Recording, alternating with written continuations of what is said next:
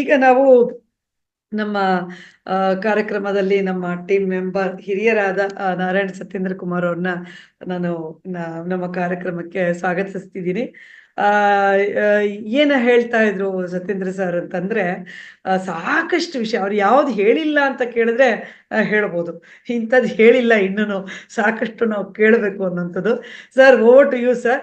ಸಾಕಷ್ಟು ಮಾಹಿತಿನ ನೀವು ಸಾತ್ವಿಕ ಆಹಾರದ ಬಗ್ಗೆ ತಿಳಿಸ್ತಾ ದಿಕ್ಕುಗಳ ಬಗ್ಗೆ ಹೇಳಿದ್ರಿ, ಬಣ್ಣಗಳ ಬಗ್ಗೆ ಹೇಳಿದ್ರಿ, ಸಾಕಷ್ಟು ಮಾಹಿತಿನ ಕೊಟ್ರಿ. ಇವಾಗಲೂ ಕೂಡ ದಯವಿಟ್ಟು ಒಂದಷ್ಟು ಮಾಹಿತಿನ ನಮ್ಮೆಲ್ಲ ಆತ್ಮ ಬಂಧುಗಳಿಗೆ ಕೊಡ್ಬೇಕಾಗಿ ಕೇಳ್ಕೊಳ್ತಾನೆ. ನಮಸ್ಕಾರ ಸರ್. ನಮಸ್ಕಾರ. ಸೊ ನಮ್ಮೆಲ್ಲ ಸದಸ್ಯರಿಗೆ, ಮಾಸ್ಟರ್ಸ್ಗೆ ನನ್ನ ನಮಸ್ಕಾರಗಳು. ಇವತ್ತಿನ ಕಾರ್ಯಕ್ರಮ ಶುರು ಮಾಡೋದಕ್ಕೆ ಮೊದಲು ಗುರುವಂದನ. ಗುರು ಬ್ರಹ್ಮ ಗುರು ವಿಷ್ಣು ಗುರುದೇವೋ ಮಹೇಶ್ವರ ಗುರು ಸಾಕ್ಷಾತ್ ಪರಬ್ರಹ್ಮ ತಸ್ಮೈ ಶ್ರೀ ಗುರುವೇ ನಮಃ. ಗುರುವನ್ನ ನೆನೆಸ್ಕೊಂಡು ನಾವು ಕಾರ್ಯಕ್ರಮವನ್ನು ಸ್ಟಾರ್ಟ್ ಮಾಡಬೇಕು.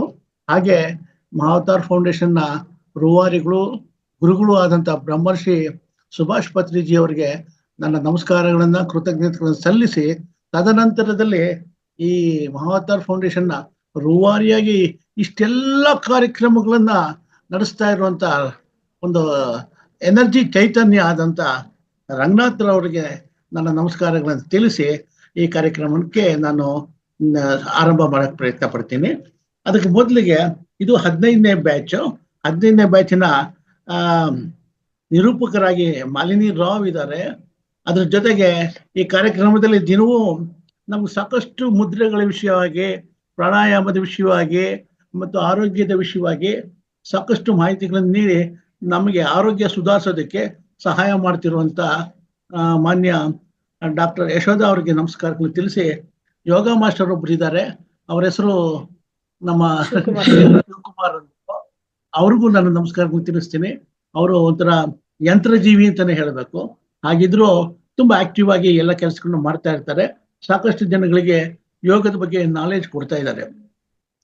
ಇದಾದ್ಮೇಲೆ ಈಗಾಗ್ಲೇ ನಾವು ಹಿಂದಿನ ಕಾರ್ಯಕ್ರಮದಲ್ಲಿ, ಅಂದ್ರೆ ದಿನಾಂಕ 9ನೇ ತಾರೀಕು ಸಸ್ಯಾಹಾರದೆಡೆಗೆ ಅಂತ ಅಂದ್ಬಿಟ್ಟು ಒಂದು ಕಾರ್ಯಕ್ರಮದಲ್ಲಿ ನಾವು ಸಾಕಷ್ಟು ವಿಷಯಗಳನ್ನ ತಿಳ್ಕೊಂಡ್ವಿ ಕೆಲವೆಲ್ಲ.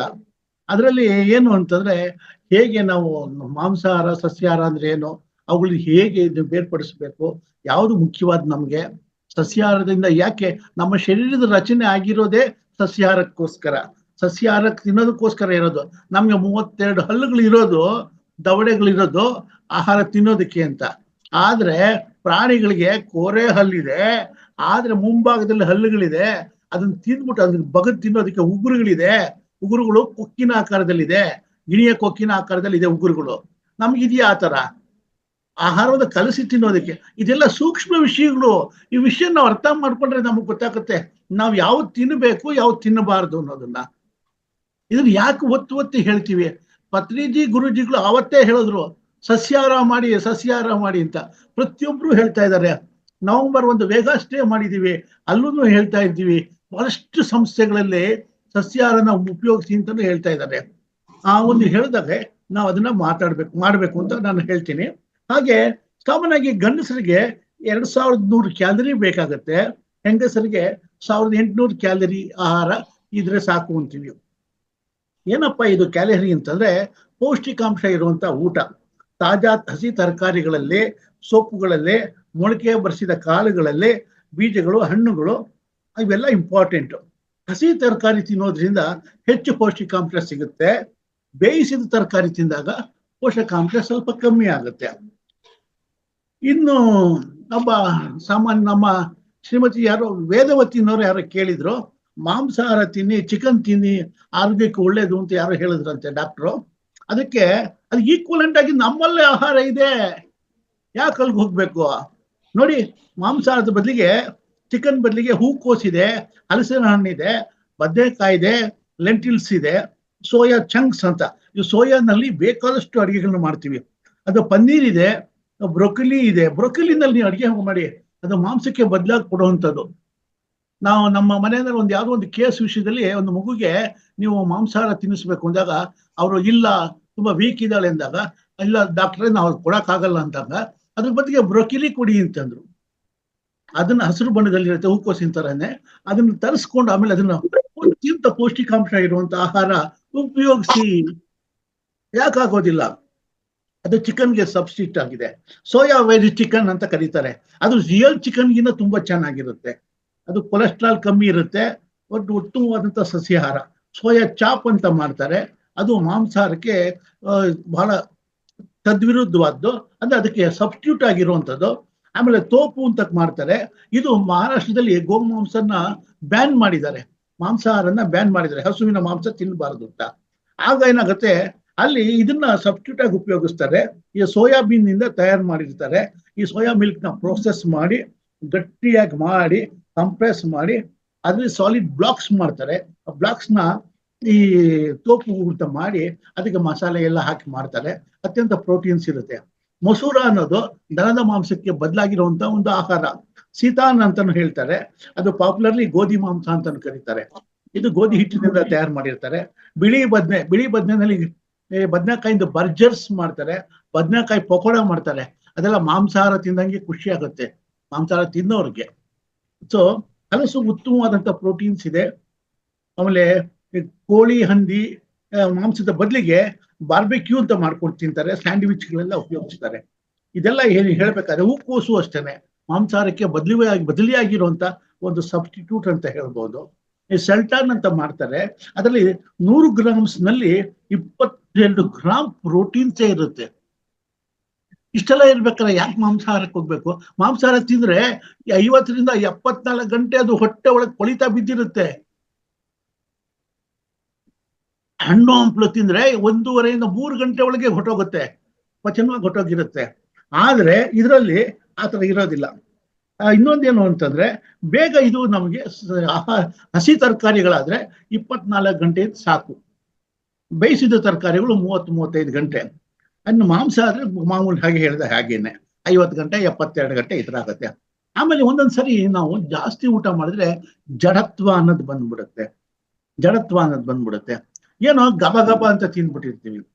ಸಾಮಾನ್ಯ ಹೇಳ್ತೀನಿ ಸರ್, ನಿಮಗೆಲ್ಲ 21 ತುತ್ತನ್ನ ತಿನ್ಬೇಕಾದ್ರೆ 24 ಸಾರಿ ನುರಿಸಿ 1 2 3 4 5 6 ಹೇಳಿ 24 ಸಾರಿ. ಸರಿ ಆಗುತ್ತೆ. ಇಲ್ಲ ಎಡಗೈನಲ್ಲಿ ದಾಪ್ಸ್ಕೊಳ್ಳಿ. ಬರೀ ಸಿಂಪಲ್. ಇಲ್ಲಿಂದ ತಗೊಳ್ಳಿ ಪ್ರಣವಾಕಾರ ಎಡಗೈನಲ್ಲೇ. 1 2 3 4 5 6 7 8 9 10 12 13 14 15 16 17 18 19 20 21 22 23 24 2 ರೌಂಡ್ ಎಡಗೈನಲ್ಲೇ ಹೀಗೆ ಪ್ರಾಕ್ಟೀಸ್ ಮಾಡ್ಕೊಂಡು ಹೋಗಿ. ನಾರಾಯಣ ನಾರಾಯಣ ನಾರಾಯಣ ಹರಿ ಹರಿ ಹರಿ ಹರಿ ಹರಿ ಹರಿ ಅಂತ ನುರಿಸ್ತಾ ಇರಿ. ಮಾತಾಡಿ. ಪುಣ್ಯನೂ ಬಂತು, ಊಟನೂ ಮಾಡಿದ್ರೆ ಜಾಸ್ತಿ ಯಾತ್ರನೂ ಮಾತಾಡೋದು ಇಲ್ಲ. ಯಾಕೆ ಮಾತಾಡ್ಬೇಕು ಅವ್ರ ಹತ್ರ? ಬೇರೆ ಅನ್ನೆಸರಿಯಾಗಿ ನಾವೇನೋ ಮಾತಾಡ್ತಿರ್ತೀವಿ. ಅದು ಬೇಕಾಗೇ ಇಲ್ಲ. ಸೈಲೆಂಟ್ ಆಗಿ ಊಟ ಮಾಡ್ಬೇಕು ಅಂತಾರೆ. 24 ಸಾರಿ ನುರಿಸಿ ತಿನ್ಬೇಕು. ಆಮೇಲೆ ಯೋಗ ಸಾಧಕರಿಗೆ ದಿನಕ್ಕೆ 24 ಗಂಟೆ 24 ತುತ್ತು ಮಾತ್ರ ತಿಂಡಿ ಅಂತಾರೆ. 24 ತುತ್ತು ಅಂತಂದ್ರೆ ನಾವು ತಿರುಪ್ತಿ ಲಾಡು ಸೈಜ್ ಅನ್ನ ಎಲ್ಲ ಕಲಿಸ್ಬಿಟ್ಟು ತಿನ್ನೋದು. ನಮ್ ಕೈನಲ್ಲಿ ಒಂದು ಮುಷ್ಟಿ ಬರುತ್ತೆ ಊಟ, ಅಷ್ಟನ್ನು ಮಾತ್ರ ನಾವು ಕಲಿಸ್ಕೊಂಡು 24 ತುತ್ತನ್ನು ತಿಂದ್ರೆ ಸಾಕು. ಈ ಮನೆಯಲ್ಲಿ ಕೈ ತುತ್ತು ಕೊಡ್ಬೇಕಾದ್ರೆ ದಪ್ಪ ಉಂಡೆಗಳು ಕೊಡೋರು ಹಿಂದಿನ ಕಾಲದಲ್ಲಿ. ಪೊಂಗಲ್ ಮಾಡಿದ್ರೆ ಉಂಡೆಗಳು ಕೊಡ್ತಾರೆ. ರಾಗಿ ಮುದ್ದೆ ಸೈಜ್ ಕೊಡೋರು. ದಯವಿಟ್ಟು ನಾನು ಹೇಳ್ತೀನಿ, ಊಟ ಮಾಡ್ಬೇಕಾದ್ರೆ ಒಂದು ತುತ್ತು ಕೊಟ್ರೆ ಅದನ್ನ ಹಾಗೆ ಬಾಯಿಗೆ ಹಾಕೋಬೇಕು. ಅದನ್ನ ಕಚ್ಚಿ ತಿಂದ್ರೆ ಒಂದು ಸಾರಿ ಕಚ್ಚಿ ತಿಂದ ಮೇಲೆ ಅದು ಎಂಜಿಲು. ಮತ್ತೆ ತಿಂತೀನಿ ಅಂದ್ರೆ ಅದು ಎಂದ್ಲಾಗಿರುತ್ತೆ. ಮತ್ತೆ ಎಂದ್ಲು ತಿಂತೀರಾ, ಅದು ದೋಷ ಆಗುತ್ತೆ. ಆರೋಗ್ಯದ ಸೂತ್ರದ ಪ್ರಕಾರ ಮತ್ತೆ ಎಂದ್ಲು ತಿನ್ಬಾರ್ದು. ಅದಕ್ಕೆ ಮನೆಯಲ್ಲಿ ಕೈ ತೂತ್ ಕೊಡ್ಬೇಕಾದ್ರೆ ಹಾಗೆ ಮಾಡ್ತೀವಿ ಅಂತ ಹೇಳ್ತೀವಿ. ಇನ್ನೊಂದೇನು ಅಂತಂದ್ರೆ, ಊಟ ಮಾಡುವಾಗ ತಿಂಗಳಲ್ಲಿ 1 ದಿವಸ ಅಥವಾ 2 ದಿವಸ ಕೈ ತೂತು ತಿನ್ನಿ. ಮನೆಯಲ್ಲಿ ತಾಯಂದ್ರಿದ್ರೆ, ಮನೆಯಲ್ಲಿ ಒಟ್ಟು ಕುಟುಂಬದಲ್ಲಿ ಇದ್ರೆ ತಾಯಂದ್ರಿಗೆ ರಿಕ್ವೆಸ್ಟ್ ಏನಂದ್ರೆ, ಮಕ್ಕಳಿಗೆ ಊಟ ಮಾಡೋ ಸಮಯದಲ್ಲಿ ದಿನದ 1 ಸಾರಿನಾದ್ರೂ ಅನ್ನವನ್ನ ಕಲಸಿ 4 ತುತ್ತು ಅವ್ರಿಗೆ ತಿನ್ನಿಸಿ. ಮಕ್ಕಳಿಗೆ ತಿನ್ನಿಸಿ. ಅಂದ್ರೆ ದೊಡ್ಡ ಗಡವಾಗಳು ಇರ್ಬೋದು, 40 ವರ್ಷ 50 ವರ್ಷ ಆಗಿರ್ಬೋದು, ಆದ್ರೂ ಮಗನೇ ಅವನಿಗೆ 4 ತುತ್ತು ತಿನ್ನಿಸಿ. ಮಕ್ಕಳು ಅದನ್ನ ಎನ್ಕರೇಜ್ ಮಾಡಿ. ಅಲ್ಲಿ ನಿಮಗೆ ಏನಾಗುತ್ತೆ, ಒಂದು ತಾಯಿಯ ಪ್ರೇಮ ಅನ್ನೋದು, ಆ ಪ್ರೇಮದಲ್ಲಿ ಒಂದು ಪ್ರೀತಿ ಅನ್ನೋದು ಅದು ಒಳಗಡೆ ಹೋಗುತ್ತೆ. ವಾತ್ಸಲ್ಯ ಅನ್ನೋದು ಒಳಗಡೆ ಹೋದಾಗ ಪಾಸಿಟಿವ್ ಆಟಿಟ್ಯೂಡ್ಸ್ ನಮ್ಗೆ ಬರುತ್ತೆ. ಆರೋಗ್ಯ ಸುಧಾರಿಸುತ್ತೆ. ಅವ್ರು ಕೊಡ್ಬೇಕಾರೆ ಪೀಡೆ ಮುಂಡೆದೆ ಅಂತ ತಿನ್ಸಲ್ಲ, ನನ್ನ ಮಗನ್ಗೆ ಒಳ್ಳೇದಾಗ್ಲಿ ಅಂತ ತಿನ್ನಿಸ್ತಾಳೆ. ಅಲ್ವಾ ಸ್ನೇಹಿತರೆ? ಹಾಗೆ ತಿನ್ನಿಸ್ಬೇಕಾದ್ರೆ ನಾವು ತಿನ್ಬೇಕು. ಹಾಗೇನೆ ಮನೆಯಲ್ಲೂ ಅಷ್ಟೇನೆ, ಗಂಡ ಹೆಂಡತಿ ಇದು ಸೂತ್ರವಾಗಿ ಚೆನ್ನಾಗಿ ನಡ್ಕೊಂಡು ಹೋಗ್ಬೇಕು ಅಂದ್ರೆ ತಿಂಗಳಲ್ಲಿ ವಾರದಲ್ಲಿ ಒಂದ್ ದಿವ್ಸನಾದ್ರು ಕೈ ತುತ್ತು ತಿನ್ನಿ, ತುತ್ತು ಮಾಡಿ ಗಂಡನಿಗೆ ತಿನ್ಸಿ. ನೀವು ಹೆಂಗಸರು ಗಂಡನಿಗೆ ತಿನ್ಸಿ. ಅದು ತಿನ್ನೋದ್ರಿಂದ ಒಂದು ಆತ್ಮೀಯತೆ, ಬಾಂಧವ್ಯ ಬೆಳೆಯುತ್ತೆ. ಮಕ್ಕಳಿಗೂ ಅಷ್ಟೇನೆ, ಮಕ್ಕಳಿಗೆ ತಿನ್ನೋ ತಗೊಳ ಅಂತ ತಿನ್ಸಿ. ಅದು ಪರಸ್ಪರ ರಿಲೇಷನ್ ಬೆಳೆಯುತ್ತೆ, ಹೃದಯದ ಮಿಲನ ಆಗುತ್ತೆ, ಸಂಬಂಧಗಳು ವೃದ್ಧಿ ಆಗುತ್ತೆ, ಅಶಾಂತಿನದಿರೋದಿಲ್ಲ. ಸಸ್ಯಾಹಾರಿ ನಾವೇನ್ ತಿಂತೀವಿ ಅದು ಪಚನ ಆಗುತ್ತೆ ಅಲ್ವಾ ಸ್ನೇಹಿತರೆ? ಇದೆಲ್ಲ ಮುಖ್ಯ ಅಲ್ವಾ ನಮ್ಮ ಜೀವನದಲ್ಲಿ? ಹಾಗೇನೆ ಇನ್ನೊಂದೇನು ಅಂದ್ರೆ ಅನ್ನದಾನದ ಬಗ್ಗೆ ಹೇಳಬೇಕು ಅಂದ್ರೆ, ಅನ್ನದಾನ ಬಹಳ ಇಂಪಾರ್ಟೆಂಟ್ ಅಂತಾರೆ. ಟೆಂಪಲ್ಗಳಲ್ಲಿ ಅನ್ನದಾನ ಮಾಡ್ತಾ ಇರ್ತಾರೆ, ಒಂದೊಂದು ಸ್ವಲ್ಪ ಕೊಡ್ತಾರೆ. ಅದು ಏನ್ ರುಚಿಯಾಗಿರುತ್ತೆ ಅಂತಂದ್ರೆ ಬಹಳ ಚೆನ್ನಾಗಿರುತ್ತೆ. ನಾನು ಯಾವ್ದಾದ್ರು ದೇವಸ್ಥಾನದಲ್ಲಿ ಹೋದ್ರೆ ಪ್ರಸಾದ ಇಲ್ಲ, ಫಸ್ಟ್ ದೇವ್ರು ನೋಡುತ್ತಿರುವಾಗ್ಲೇನೆ ಪ್ರಸಾದದ ಕಡೆ ಗಮನ ಕೊಡ್ತಾನೆ ಇರ್ತೀನಿ. ಪ್ರಸಾದ ಸಿಗದೆ ಇದ್ರೆ ದೇವ್ರು ನಂಗೆ ಶಾಪ ಕೊಟ್ಬಿಟ್ಟೇನೋ ಅನ್ನೋ ಭಯ ನನಗೆ. ಖಂಡಿತ ಹೇಳ್ತೀನಿ ನಾನು. ಸೊ ಅಷ್ಟು ಇದಾಗಿರುತ್ತೆ. ಇದು ಪ್ರಸಾದ ಬಹಳ ಇಂಪಾರ್ಟೆಂಟು. ಭಗವಂತನಿಗೆ ಕೊಟ್ಟಿದ್ದು ನಮಗೂ ಬೇಕು.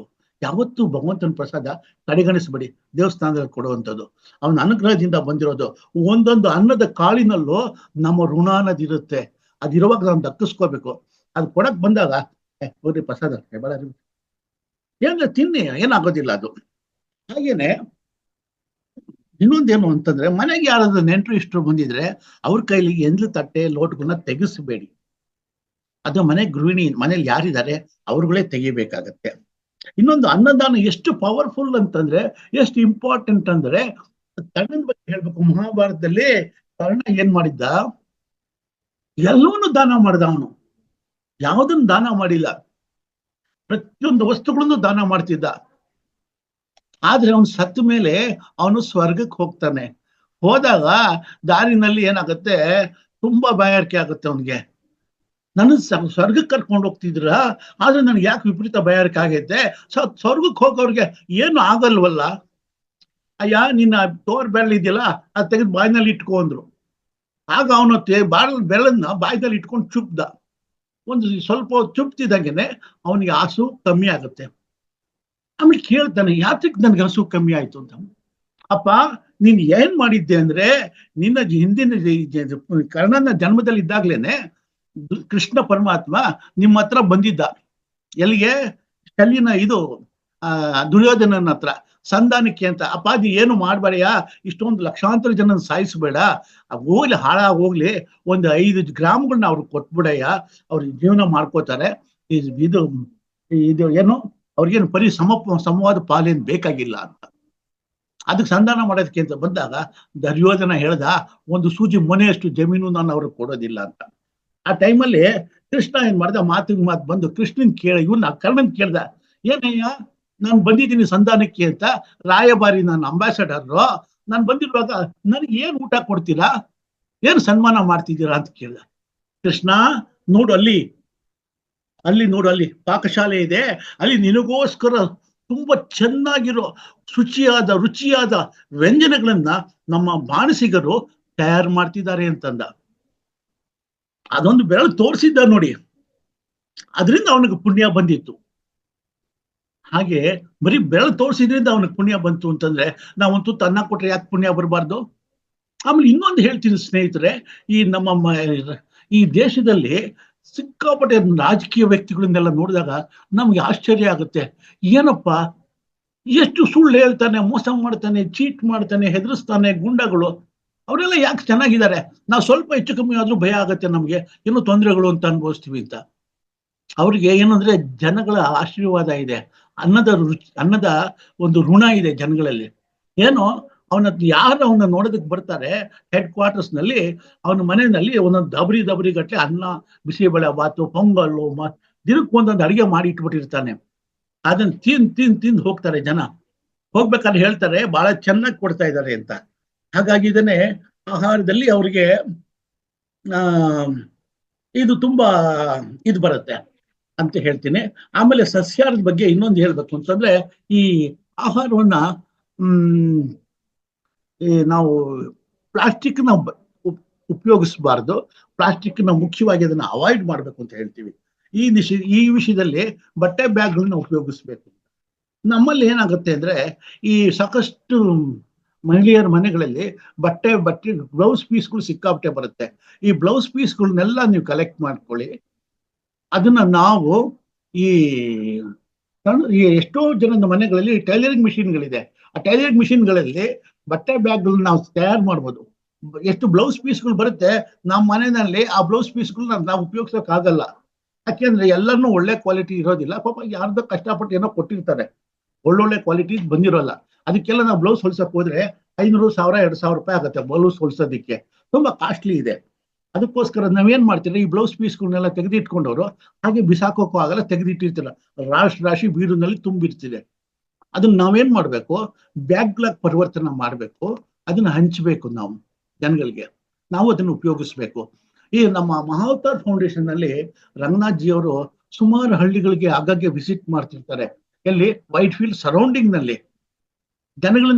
ಜನಗಳಿಗೆ ಸಂದೇಶ ಮುಟ್ಟಿಸೋದಿಕ್ಕೆ, ಧ್ಯಾನದ ಬಗ್ಗೆ, ಆಹಾರದ ಬಗ್ಗೆ ತಿಳಿಸೋದಿಕ್ಕೆ ಅಂತ ಕಾರ್ಯಕ್ರಮಗಳಲ್ಲಿ ನಾವು ಈ ತರ ಬ್ಯಾಗ್ಗಳು ಹೊಲ್ದ್ಬಿಟ್ಟು ಕೊಟ್ರೆ ಆ ಬ್ಯಾಗ್ಗಳನ್ನ ಅವ್ರು ಉಪಯೋಗಿಸ್ತಾರೆ, ಅಲ್ಲಿ ಜನಗಳಿಗೆ ಅನುಕೂಲ ಆಗುತ್ತೆ.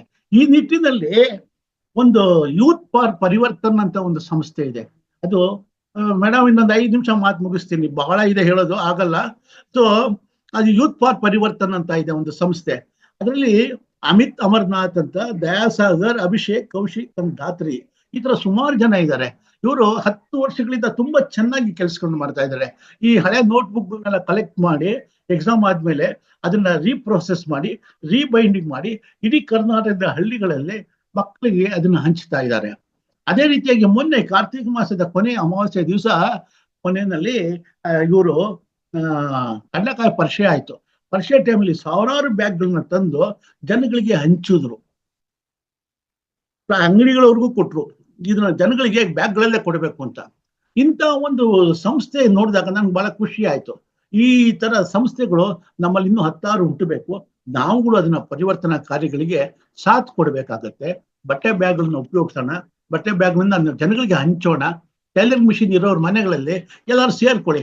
ಯಾರನ್ನೋ ಒಬ್ಬ ಇದನ್ನ ಮಾಡ್ಕೊಂಡು ಗುಂಪು ಮಾಡ್ಕೊಂಡು, ಹೆಣ್ಮಕ್ಳ ಮನೇಲಿ ಸುಮಾರು ಜನದ ಮನೇಲಿ ಟೈಲರಿಂಗ್ ಮಿಷಿನ್ ಇರುತ್ತೆ, ಅದ್ ಮಾಡ್ಕೋಬಹುದು. ಇನ್ನು ನಾನು ತಟ್ಟೆಗಳು ಹೇಳ್ಬೇಕು ಅಂದ್ರೆ ಬಂಗಾರ ತಟ್ಟೆನಲ್ಲಿ ಒಳ್ಳೇದು, ಬೆಳ್ಳಿ ತಟ್ಟೆ, ಆಮೇಲೆ ಕಂಚಿನ ತಟ್ಟೆಗಳನ್ನ ಉಪಯೋಗಿಸ್ತೀವಿ, ಹಿತ್ತಾಳೆ ತಟ್ಟೆಗಳು, ಸ್ಟೀಲ್ ತಟ್ಟೆಗಳನ್ನ ಉಪಯೋಗಿಸ್ತೀವಿ. ಅಲ್ಯೂಮಿನಿಯಂ ಬೇಡ, ಅಲ್ಯೂಮಿನಿಯಂ ತಿನ್ನೋದ್ರಿಂದ ವಿಷ. ಅದು ಅಲ್ಯೂಮಿನಿಯಂ ಪಾತ್ರೆಗಳಲ್ಲಿ ಅಡುಗೆನೂ ಮಾಡಬಾರ್ದು ಅಂತ ಹೇಳ್ತೀವಿ. ಮಾಡಿದ್ರು ಅದನ್ನು ಬೇಗ ತೆಗೆದು ಬಿಡ್ಬೇಕು. ಅಲ್ಯೂಮಿನಿಯಂ ಬಹಳ ಫಾಸ್ಟ್ ಆಗಿ ಬಿಸಿ ಆಗುತ್ತೆ, ಬೇಗ ಅಡಿಗೆ ಮಾಡ್ಬೋದು, ಆಮೇಲೆ ಹಗುರವಾಗೂ ಇರುತ್ತೆ. ಹಾಗಾಗಿ ಇದನ್ನ ಮಾಡ್ತಾರೆ. ಇನ್ನೊಂದೇನು ಅಂದ್ರೆ ಈ ಸಭೆ ಸಮಾರಂಭಗಳಲ್ಲಿ ಅಲ್ಯೂಮಿನಿಯಂ ಪಾತ್ರೆಗಳಲ್ಲಿ ಬಹಳ ಬೇಗ ಅಡಿಗೆ ಆಗತ್ತೆ ಅಂತ ಮಾಡ್ಬಿಡ್ತಾರೆ. ಅದು ಬಹಳ ಒಳ್ಳೇದಲ್ಲ ಅದು.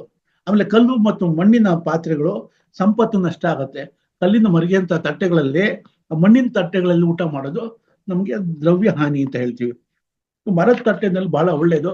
ಗಾಜಿನ ತಟ್ಟೆ ನೋ ಯೂಸ್, ಪ್ಲಾಸ್ಟಿಕ್ ತಟ್ಟೆ ಈಗ ಹಾಗೆ ಹೇಳಿದೆ ಬೇಡ ಅಂತ ಅಂದ್ಬಿಟ್ಟಿದ್ದೇನೆ. ಇನ್ನು ಬಾಳೆ ಎಲೆ ಬಗ್ಗೆ ಹೇಳಬೇಕು ಅಂತಂದ್ರೆ, ಬಾಳೆ ಎಲೆ ಬಹಳ ಊಟ, ಅದರಲ್ಲಿ ಕ್ಲೋರೋಫಿಲ್ ಅಂತ ಇರುತ್ತೆ, ಅದು ನಮ್ಗೆ ಆರೋಗ್ಯಕ್ಕೆ ಬಹಳ ಒಳ್ಳೇದು ಮಾಡುತ್ತೆ. ಅಂದ್ರೆ ಹಲಸಿನ ಎಲೆನಲ್ಲಿ ಜಠರಾಗ್ನಿ ಇದಾಗುತ್ತೆ. ಮುತ್ತುಗದ ಎಲೆ ಚಂದ್ರಮ ಮನಸೋಜಾಯತೆ ಅಂತ, ಮುತ್ತುಗದ ಎಲೆನಲ್ಲಿ ಊಟ ಮಾಡಿ ತಿಂಗಳಲ್ಲಿ, ಅಥವಾ ಯಾರೋ ಚಂದ್ರ ದೋಷ ಇರೋರಿಗೆ ಜ್ಯೋತಿಷ್ಯದಲ್ಲಿ ಚಂದ್ರ ನೀಚನಾಗಿದ್ದಾನೆ ಅಂದ್ರೆ ಮುತ್ತುಗದ ಎಲೆನಲ್ಲಿ ಊಟ ಮಾಡಿ ಸ್ವಲ್ಪ ಅನುಕೂಲ ಆಗುತ್ತೆ. ಮುತ್ತುಗದ ಎಲೆ ದೊನ್ನೆಗಳು ಬರುತ್ತೆ, ಆ ದೊನ್ನೆಗಳಲ್ಲಿ ಆಹಾರ ತಗೋದು. ಮುತ್ತುಗದ ಎಲೆನಲ್ಲಿ ಊಟ ಹಿಂದಿನ ಕಾಲದಲ್ಲಿ ಮಾಡೋರು ಮುತ್ತುಗದ ಎಲೆನಲ್ಲಿ, ಇವತ್ತಿಗೂ ಇದೆ. ಅದನ್ನ ನೀವು ಅಂಗಡಿಗಳಲ್ಲಿ ಸಿಗುತ್ತೆ. ಮುತ್ತುಗದ ಎಲೆಗಳು 10 ಎಲೆದು ಒಂದು ಪ್ಯಾಕೆಟ್ ಬರುತ್ತೆ. ಆ ತರ ಪ್ಯಾಕೆಟ್ಗಳು ತಂದು ಇಟ್ಕೊಂಡು ಅದ್ರಲ್ಲಿ ನಾವು ಊಟ ಮಾಡೋದು, ತಿಂಡಿ ತಿನ್ನೋದು ಬಹಳ ಒಳ್ಳೇದು ಅಂತ ಹೇಳ್ತೀನಿ. ಆಮೇಲೆ ಇದೊಂದು ಸಣ್ಣ ವಿಷಯ, ಇದು ಹೇಳಲೇಬೇಕು. ಈರುಳ್ಳಿ ಮತ್ತು ಹಾಲು ಒಟ್ಟಿಗೆ ತಗೋಬೇಡಿ, ಬಹಳ ಕೆಟ್ಟ ರೋಗಗಳು ಬರುತ್ತೆ. ಹಲಸು ಮತ್ತು ಹಾಲು ಒಟ್ಟಿಗೆ ಸೇವಿಸಬಾರ್ದು. ಸಿಟ್ರಿಕ್ ಆಸಿಡ್ ಯುಕ್ತವಾದಂತ ಜ್ಯೂಸ್ಗಳು, ಕಿತ್ಲೆ ಹಣ್ಣು, ಮೋಸಂಬಿ ಜ್ಯೂಸು, ಲೆಮನ್, ಈ ಜ್ಯೂಸ್ ಎಲ್ಲ ಕುಡಿದ್ಬಿಟ್ಟು ಇನ್ನೊಂದೊಂದು ಹಾಲು ಕೊಡ್ತಾರೆ. ಅಯ್ಯೋ ಇಷ್ಟೆಲ್ಲ ಕೊಟ್ಟಿದ್ರಲ್ಲ, ಹಾಲು ಯಾಕೆ ಕುಡಿಬೇಕು, ಕುಡಿದ್ಬಿಡೋಣ ಅಂತ ಅದನ್ನು ಕುಡಿದ್ಬಿಡೋದು ವಿರುದ್ಧವಾದಂತ ಇದನ್ನು ಮಾಡುತ್ತೆ. ಹುಳಿ ಪದಾರ್ಥಗಳನ್ನು ತಿಂದ ಮೇಲೆ ಹಾಲನ್ನು ಕುಡಿಬೇಡಿ. ಬೆಟ್ಟದ ನೆಲ್ಲಿಕಾಯಿನ ಎಕ್ಸೆಪ್ಷನ್ ಇದೆ, ದಿನ ತಿನ್ನಿ, ಆರೋಗ್ಯಕ್ಕೆ ತುಂಬಾ ಒಳ್ಳೆಯದು. ಮಾವಿನ ಹಣ್ಣು ತಿಂದ್ರೆ, ಸೀಕರಣೆ ಇದ್ರೆ, ಸ್ವೀಟ್ ಆಗಿದ್ರೆ ಅದಕ್ಕೆ ನೀವು ಉಪಯೋಗಿಸ್ಬೋದು ಹಾಲನ್ನ. ಇಲ್ಲ ಅಂದ್ರೆ ಹುಳಿ ಇದ್ರೆ ಅದನ್ನು ತಿನ್ನಬೇಡಿ. ಇನ್ನು ಜೇನುತುಪ್ಪ ಮತ್ತು ತುಪ್ಪ ಬಹಳ ವಿರುದ್ಧವಾದಂಥದ್ದು, ಅದನ್ನು ತಿಂದಾಗ ಬಹಳ ತೊಂದರೆಗಳನ್ನು ಕೊಡುತ್ತೆ. ಆಮೇಲೆ ಉದ್ದಿನ ಬೇಳೆ ಮತ್ತು ಮೊಸರು ಒಟ್ಟಿಗೆ ಬಳಸಬಾರ್ದು. ಈ ತೈರೋಡೆ ಅಂತ ಮಾಡ್ತಾರೆ. ತೈರೋಡೆ ಈಗಿನ ಸಮ್ಮರ್ ಬರ್ತಾ ಇದೆ, ಮೊಸರೊಡೆ ಬಹಳ ಫೇಮಸ್, ಎಲ್ಲರೂ ತಿಂತಾರೆ. ಅದಕ್ಕೊಂಚೂರು ಚೌಚೌ ಹಾಕೊಂಡ್ರು ಅದನ್ನ ತಿಂತಾ ಇದ್ರೆ ಏನ್ ಆನಂದ ಅಂತೀರ, ತಣ್ಣಗಿರುತ್ತೆ. ಅದನ್ನ ತಿನ್ನಬೇಡಿ, ಅದು ತಿಂದ್ರೆ ಶರೀರದಲ್ಲಿ ಆರೋಗ್ಯ ಕೆಡಿಸುತ್ತೆ ಅದು. ಮೊಸರು ಮತ್ತು ವಡೆ ಅದ್ಬದ್ದು ಹೆಸರು ಬೇಳೆ ವಡೆ ಮಾಡಿಸ್ಕೊಳ್ಳಿ, ಅದರಲ್ಲಿ ಮೊಸರು ಹಾಕೊಂಡು ಅದಕ್ಕೆ ಇನ್ನೇನಾರು ಹಾಕೊಂಡು ತಿನ್ಬೋದು, ಬಹಳ ಒಳ್ಳೇದು ಅಂತ ಹೇಳ್ತೀನಿ. ಇದನ್ನ ಸಭೆ ಸಮಾರಂಭಗಳಲ್ಲಿ ಇದು ಮಾಡ್ತಾರೆ. ಅದಕ್ಕೋಸ್ಕರ ಅನ್ನದ ಋಣ ಅನ್ನೋದು ಬಹಳ ಕೆಟ್ಟದು. ಅದನ್ನು ಹೇಳ್ಬಿಟ್ಟು ನಾನು ನಿಲ್ಲಿಸ್ತೀನಿ. ಇನ್ನೊಂದು ಏನಪ್ಪಾ ಅಂದ್ರೆ, ಈ ಭೀಷ್ಮಾಚಾರ್ಯರು, ಶಲ್ಯ, ದ್ರೋಣಾಚಾರ್ಯ, ಈಗ ಸಾಕಷ್ಟು ಜನ ಕೌರವರ ಊಟದಲ್ಲಿ ಸೇರ್ಕೊಂಡು, ಅವ್ರ ಜೊತೆ ಸೇರ್ಕೊಂಡು ಅವನು ಹಾಕಿದ ಆಹಾರವನ್ನು ತಿಂದು ಅವನ ಆಶ್ರಯದಲ್ಲಿ ಬೆಳೆದ್ರು. ಹಾಗಾಗಿದ್ದಾನೆ ಅವ್ರು ತಿಂದಿದ್ರಿಂದಾಗಿ ಏನಾಯ್ತು, ಅವನು ಏನು ದೌರ್ಜನ್ಯ ಮಾಡ್ತಿದ್ದ, ಆ ದೌರ್ಜನ್ಯಗಳನ್ನು ಎಲ್ಲಾನು ಇವರು ಮೌನವಾಗಿ ನೋಡ್ಬೇಕಾಗಿತ್ತು. ಪಾಂಡವರಿಗಾದ ಅನ್ಯಾಯನ, ದ್ರೌಪದಿಗಾದ ಅನ್ಯಾಯವನ್ನ ಪ್ರತಿಭಟಿಸಕ್ ಆಗ್ಲಿಲ್ಲ ಅವ್ರ ಕೈನಲ್ಲಿ. ಯಾಕೆ ಅಂದ್ರೆ ಅವನ ಅನ್ನದ ಋಣದಲ್ಲಿ ಇದ್ರು ಅವರು. ಶಲ್ಯ ಯಾರು, ಮಾದ್ರಿಯ ತಮ್ಮ ಸೋದರ, ಅವನು ನಕುಲ ಸಹದೇವರಿಗೆ ಸೋದರಳಿಯ. ತನ್ನ ಸೋದರಳಿಯಂದ್ರಿಗೆ ಯುದ್ಧದಲ್ಲಿ ಸಹಾಯ ಮಾಡ್ಬೇಕು ಅಂತ ಸಾಕಷ್ಟು ಜನ, ಲಕ್ಷಾಂತರ ಜನ ಸೈನಿಕರನ್ನ ಕರ್ಕೊಂಡು ಬರ್ತಾನೆ. ದುರ್ಯೋಧನ ಮತ್ತು ಶಕುನಿ ಸೇರ್ಕೊಂಡು ಅವ್ರನ್ನ ಒಂದು ವ್ಯೂಹ ತಯಾರು ಮಾಡಿ ಬನ್ನಿ ಬನ್ನಿ ಬನ್ನಿ ಅಂತ ಕರ್ಕೊಂಡ್ಬಂದು ಒಂದು ಕ್ಯಾಂಪ್ ಮಾಡಿರ್ತಾರೆ. ಅದರಲ್ಲಿ ಇದು ನಕುಲ ಸಹದೇವರೇ ನನಗೆ ಹೇಳಿದ್ರು, ಬನ್ನಿ ನಿಮಗೋಸ್ಕರ ಊಟಕ್ಕೆ ತಯಾರು ಮಾಡಿದೀವಿ, ಬನ್ನಿ ಊಟ ಮಾಡಿ. ಚೆನ್ನಾಗಿ ಊಟ ಎಲ್ಲ ಆದ್ಮೇಲೆ ನೀವು ನಮ್ಮ ಕಡೆ ಸೇರ್ಕೊಂಡು ಇದು ಮಾಡಬೇಕು ಅಂತ ಕೇಳ್ಕೊತಾರೆ. ಅಷ್ಟೊತ್ತಿಗೆ ನಕುಲ ಸಹದೇವರು ಬರ್ತಾರೆ. ನೋಡ್ಬಿಡಿ ಮಾಮ, ಏನು ಇಲ್ಲಿದ್ದೀರಾ ನೀವು? ನನ್ಗೆ ಗೊತ್ತಲ್ಲ, ನೀವೇನಪ್ಪ ಇಲ್ಲಿ? ಇವ್ರು ನಮ್ಮ ಶತ್ರುಪಾಳ್ಯ, ಇದ್ರಲ್ಲಿ ಯಾಕೆ ಊಟ ಮಾಡಿದ್ರಿ ನೀವು? ಇಲ್ಲಪ್ಪ, ನಾನು ಇಲ್ಲಿ ಊಟ ಮಾಡ್ಬಿಟ್ಟೆ, ಸಾರಿ, ಬನ್ನಿ ನಮ್ಮ ಜೊತೆಗೆ ಬನ್ನಿ. ಇಲ್ಲ, ನಾನು ಬರೋಕ್ಕಾಗಲ್ಲ, ಇಲ್ಲ ಅನ್ನ ತಿನ್ಬಿಟ್ಟಿದ್ದೀನಿ, ಋಣ ಇದು ನನ್ಗೆ ಅಂತ. ಹಾಗಾಗಿ ಈ ಅರ್ಧ ಮನೆಗೆ ಹೋಗಿ ಅನ್ನದ ಋಣಕ್ಕೆ ಬೀಳಕ್ ಹೋಗ್ಬೇಡಿ, ಆಸೆ ಪಡಿಬೇಡಿ. ಅರ್ಧ ಮನೆ ಅರ್ಧ ಮನೆ ಊಟ ಹಾಕ್ತಾರೆ, ಊಟ ಹೋಗ್ಬೇಕು, ಅವ್ರ ಮನೆಗೆ ಹೋಗಿ ಊಟ ಮಾಡ್ಕೊಂಡ್ ಬರ್ಬೇಕು, ಅದು ಬೇಡ. ಸ್ವಯಂ ನಮ್ಮ ಮನೇಲಿ ನಾವು ತಿನ್ನೋಣ, ಬೇರೆಯವ್ರ ಮನೆಯಲ್ಲಿ ಊಟ ಮಾಡೋದನ್ನ ಕಮ್ಮಿ ಮಾಡೋಣ. ಎಲ್ಲೂ ಆಸೆ ಪಡೋದು ಬೇಡ. ತುರ್ತು ಅನಿವಾರ್ಯ ಪರಿಸ್ಥಿತಿಗಳಲ್ಲಿ ನಾವು ಊಟ ಮಾಡೋಣ, ಬಟ್ ಬಯಸಿ ಊಟ ಮಾಡೋದು ತಪ್ಪು ಅಂತ ಹೇಳ್ತೀನಿ. ಆಮೇಲೆ ಇನ್ನೊಂದೇನು ಅಂತಂದ್ರೆ, ಅದಕ್ಕೋಸ್ಕರನೇ ಬಹಳಷ್ಟು ಜನ ಸ್ವಯಂ ಪಾಕ ಆಚರಣೆ ಅಂತ ಮಾಡ್ತಾರೆ. ತಾವು ತಮ್ಮ ಆಹಾರವನ್ನು ತಾವೇ ಬೇಯಿಸ್ಕೊಂಡು ತಾವೇ ಮಾಡ್ಕೊಂಡು ತಿಂತಾರೆ, ಯಾರ ಮನೆಯಲ್ಲೂ ತಿನ್ನೋದಕ್ಕೆ ಹೋಗೋದಿಲ್ಲ. ಯಾತಕ್ಕೆ? ಅನ್ನದ ಋಣ ಅತಿ ಭಯಂಕರವಾದ್ದು. ಜನ್ಮಾಂತರದಲ್ಲಿ ನಮ್ಮನ್ನ ಕರ್ಕೊಂಡು ಹೋಗ್ಬಿಡುತ್ತೆ. ಇನ್ನೊಂದು ಜನ್ಮದಲ್ಲಿ ಆ ಋಣ ತೀರ್ಸೋದಕ್ಕೆ ನಾವು ಬರ್ಬೇಕಾಗತ್ತೆ. ಇಷ್ಟೆಲ್ಲ ಇರೋದ್ರಿಂದ ಇನ್ನೂ ಸಾಕಷ್ಟು ವಿಷಯಗಳಿದೆ. ಇನ್ನೊಂದೇನಂದ್ರೆ, ಕೊನೆಯಲ್ಲಿ ಒಂದೇ ಒಂದು, ಉಂಡು ಕೂಡ್ಲೆ ಮಲಗಬಾರದು ಅಂತ ಹೇಳ್ತೀವಿ. ಉಂಡು ಜಾಗದಲ್ಲೇ ಮಲಗಬಾರ್ದು. ಎಲ್ಲಿ ಊಟ ಮಾಡಿರ್ತೀರೋ ಅಲ್ಲೇ ಫಿಂಗರ್ ಬೋಲ್ ತಗೊಂಡು ಅಲ್ಲೇ ತೊಳ್ಕೊಂಡು ಅಲ್ಲೇ ಬೇಕಾದ್ರೆ ಮಲಗ್ಬಿಡ್ತಾರೆ ಕೆಲವು ಮನೆಗಳಲ್ಲಿ. ತುಂಬಾ ಕೆಟ್ಟದ್ದು ಅಭ್ಯಾಸ ಅದು. ಮಕ್ಕಳಿಗೆ ಮಾಡಿಸ್ತಾರೆ. ಆಮೇಲೆ ಎಡಮಗ್ಲಲ್ಲಿ ಮಲಗಬೇಕು, ಬಲಮಗ್ಲಲ್ಲಿ ಎದ್ದೇಳ್ಬೇಕು. ಈ ತರ ಮಾಡಿದವ್ರಿಗೆ ಬಹಳಷ್ಟು ಆರೋಗ್ಯ ಚೆನ್ನಾಗೇ ಇರುತ್ತೆ ಅಂತಾನು ಹೇಳ್ಬೇಕು ಅಂತ ಹೇಳಿ ಇಲ್ಲಿಗೆ ನಾನು ನಿಲ್ಲಿಸ್ತಾ ಇದ್ದೀನಿ. ಇನ್ನು ಬಹಳಷ್ಟು ವಿಷಯಗಳಿದೆ, ಹೇಳಕ್ ಸಮಯ ಇಲ್ಲ. ಆಮೇಲೆ ಇನ್ನೊಂದೇ ಒಂದು ವಿಷಯ ಹೇಳ್ಬೇಕು ನಿಮ್ಗೆ.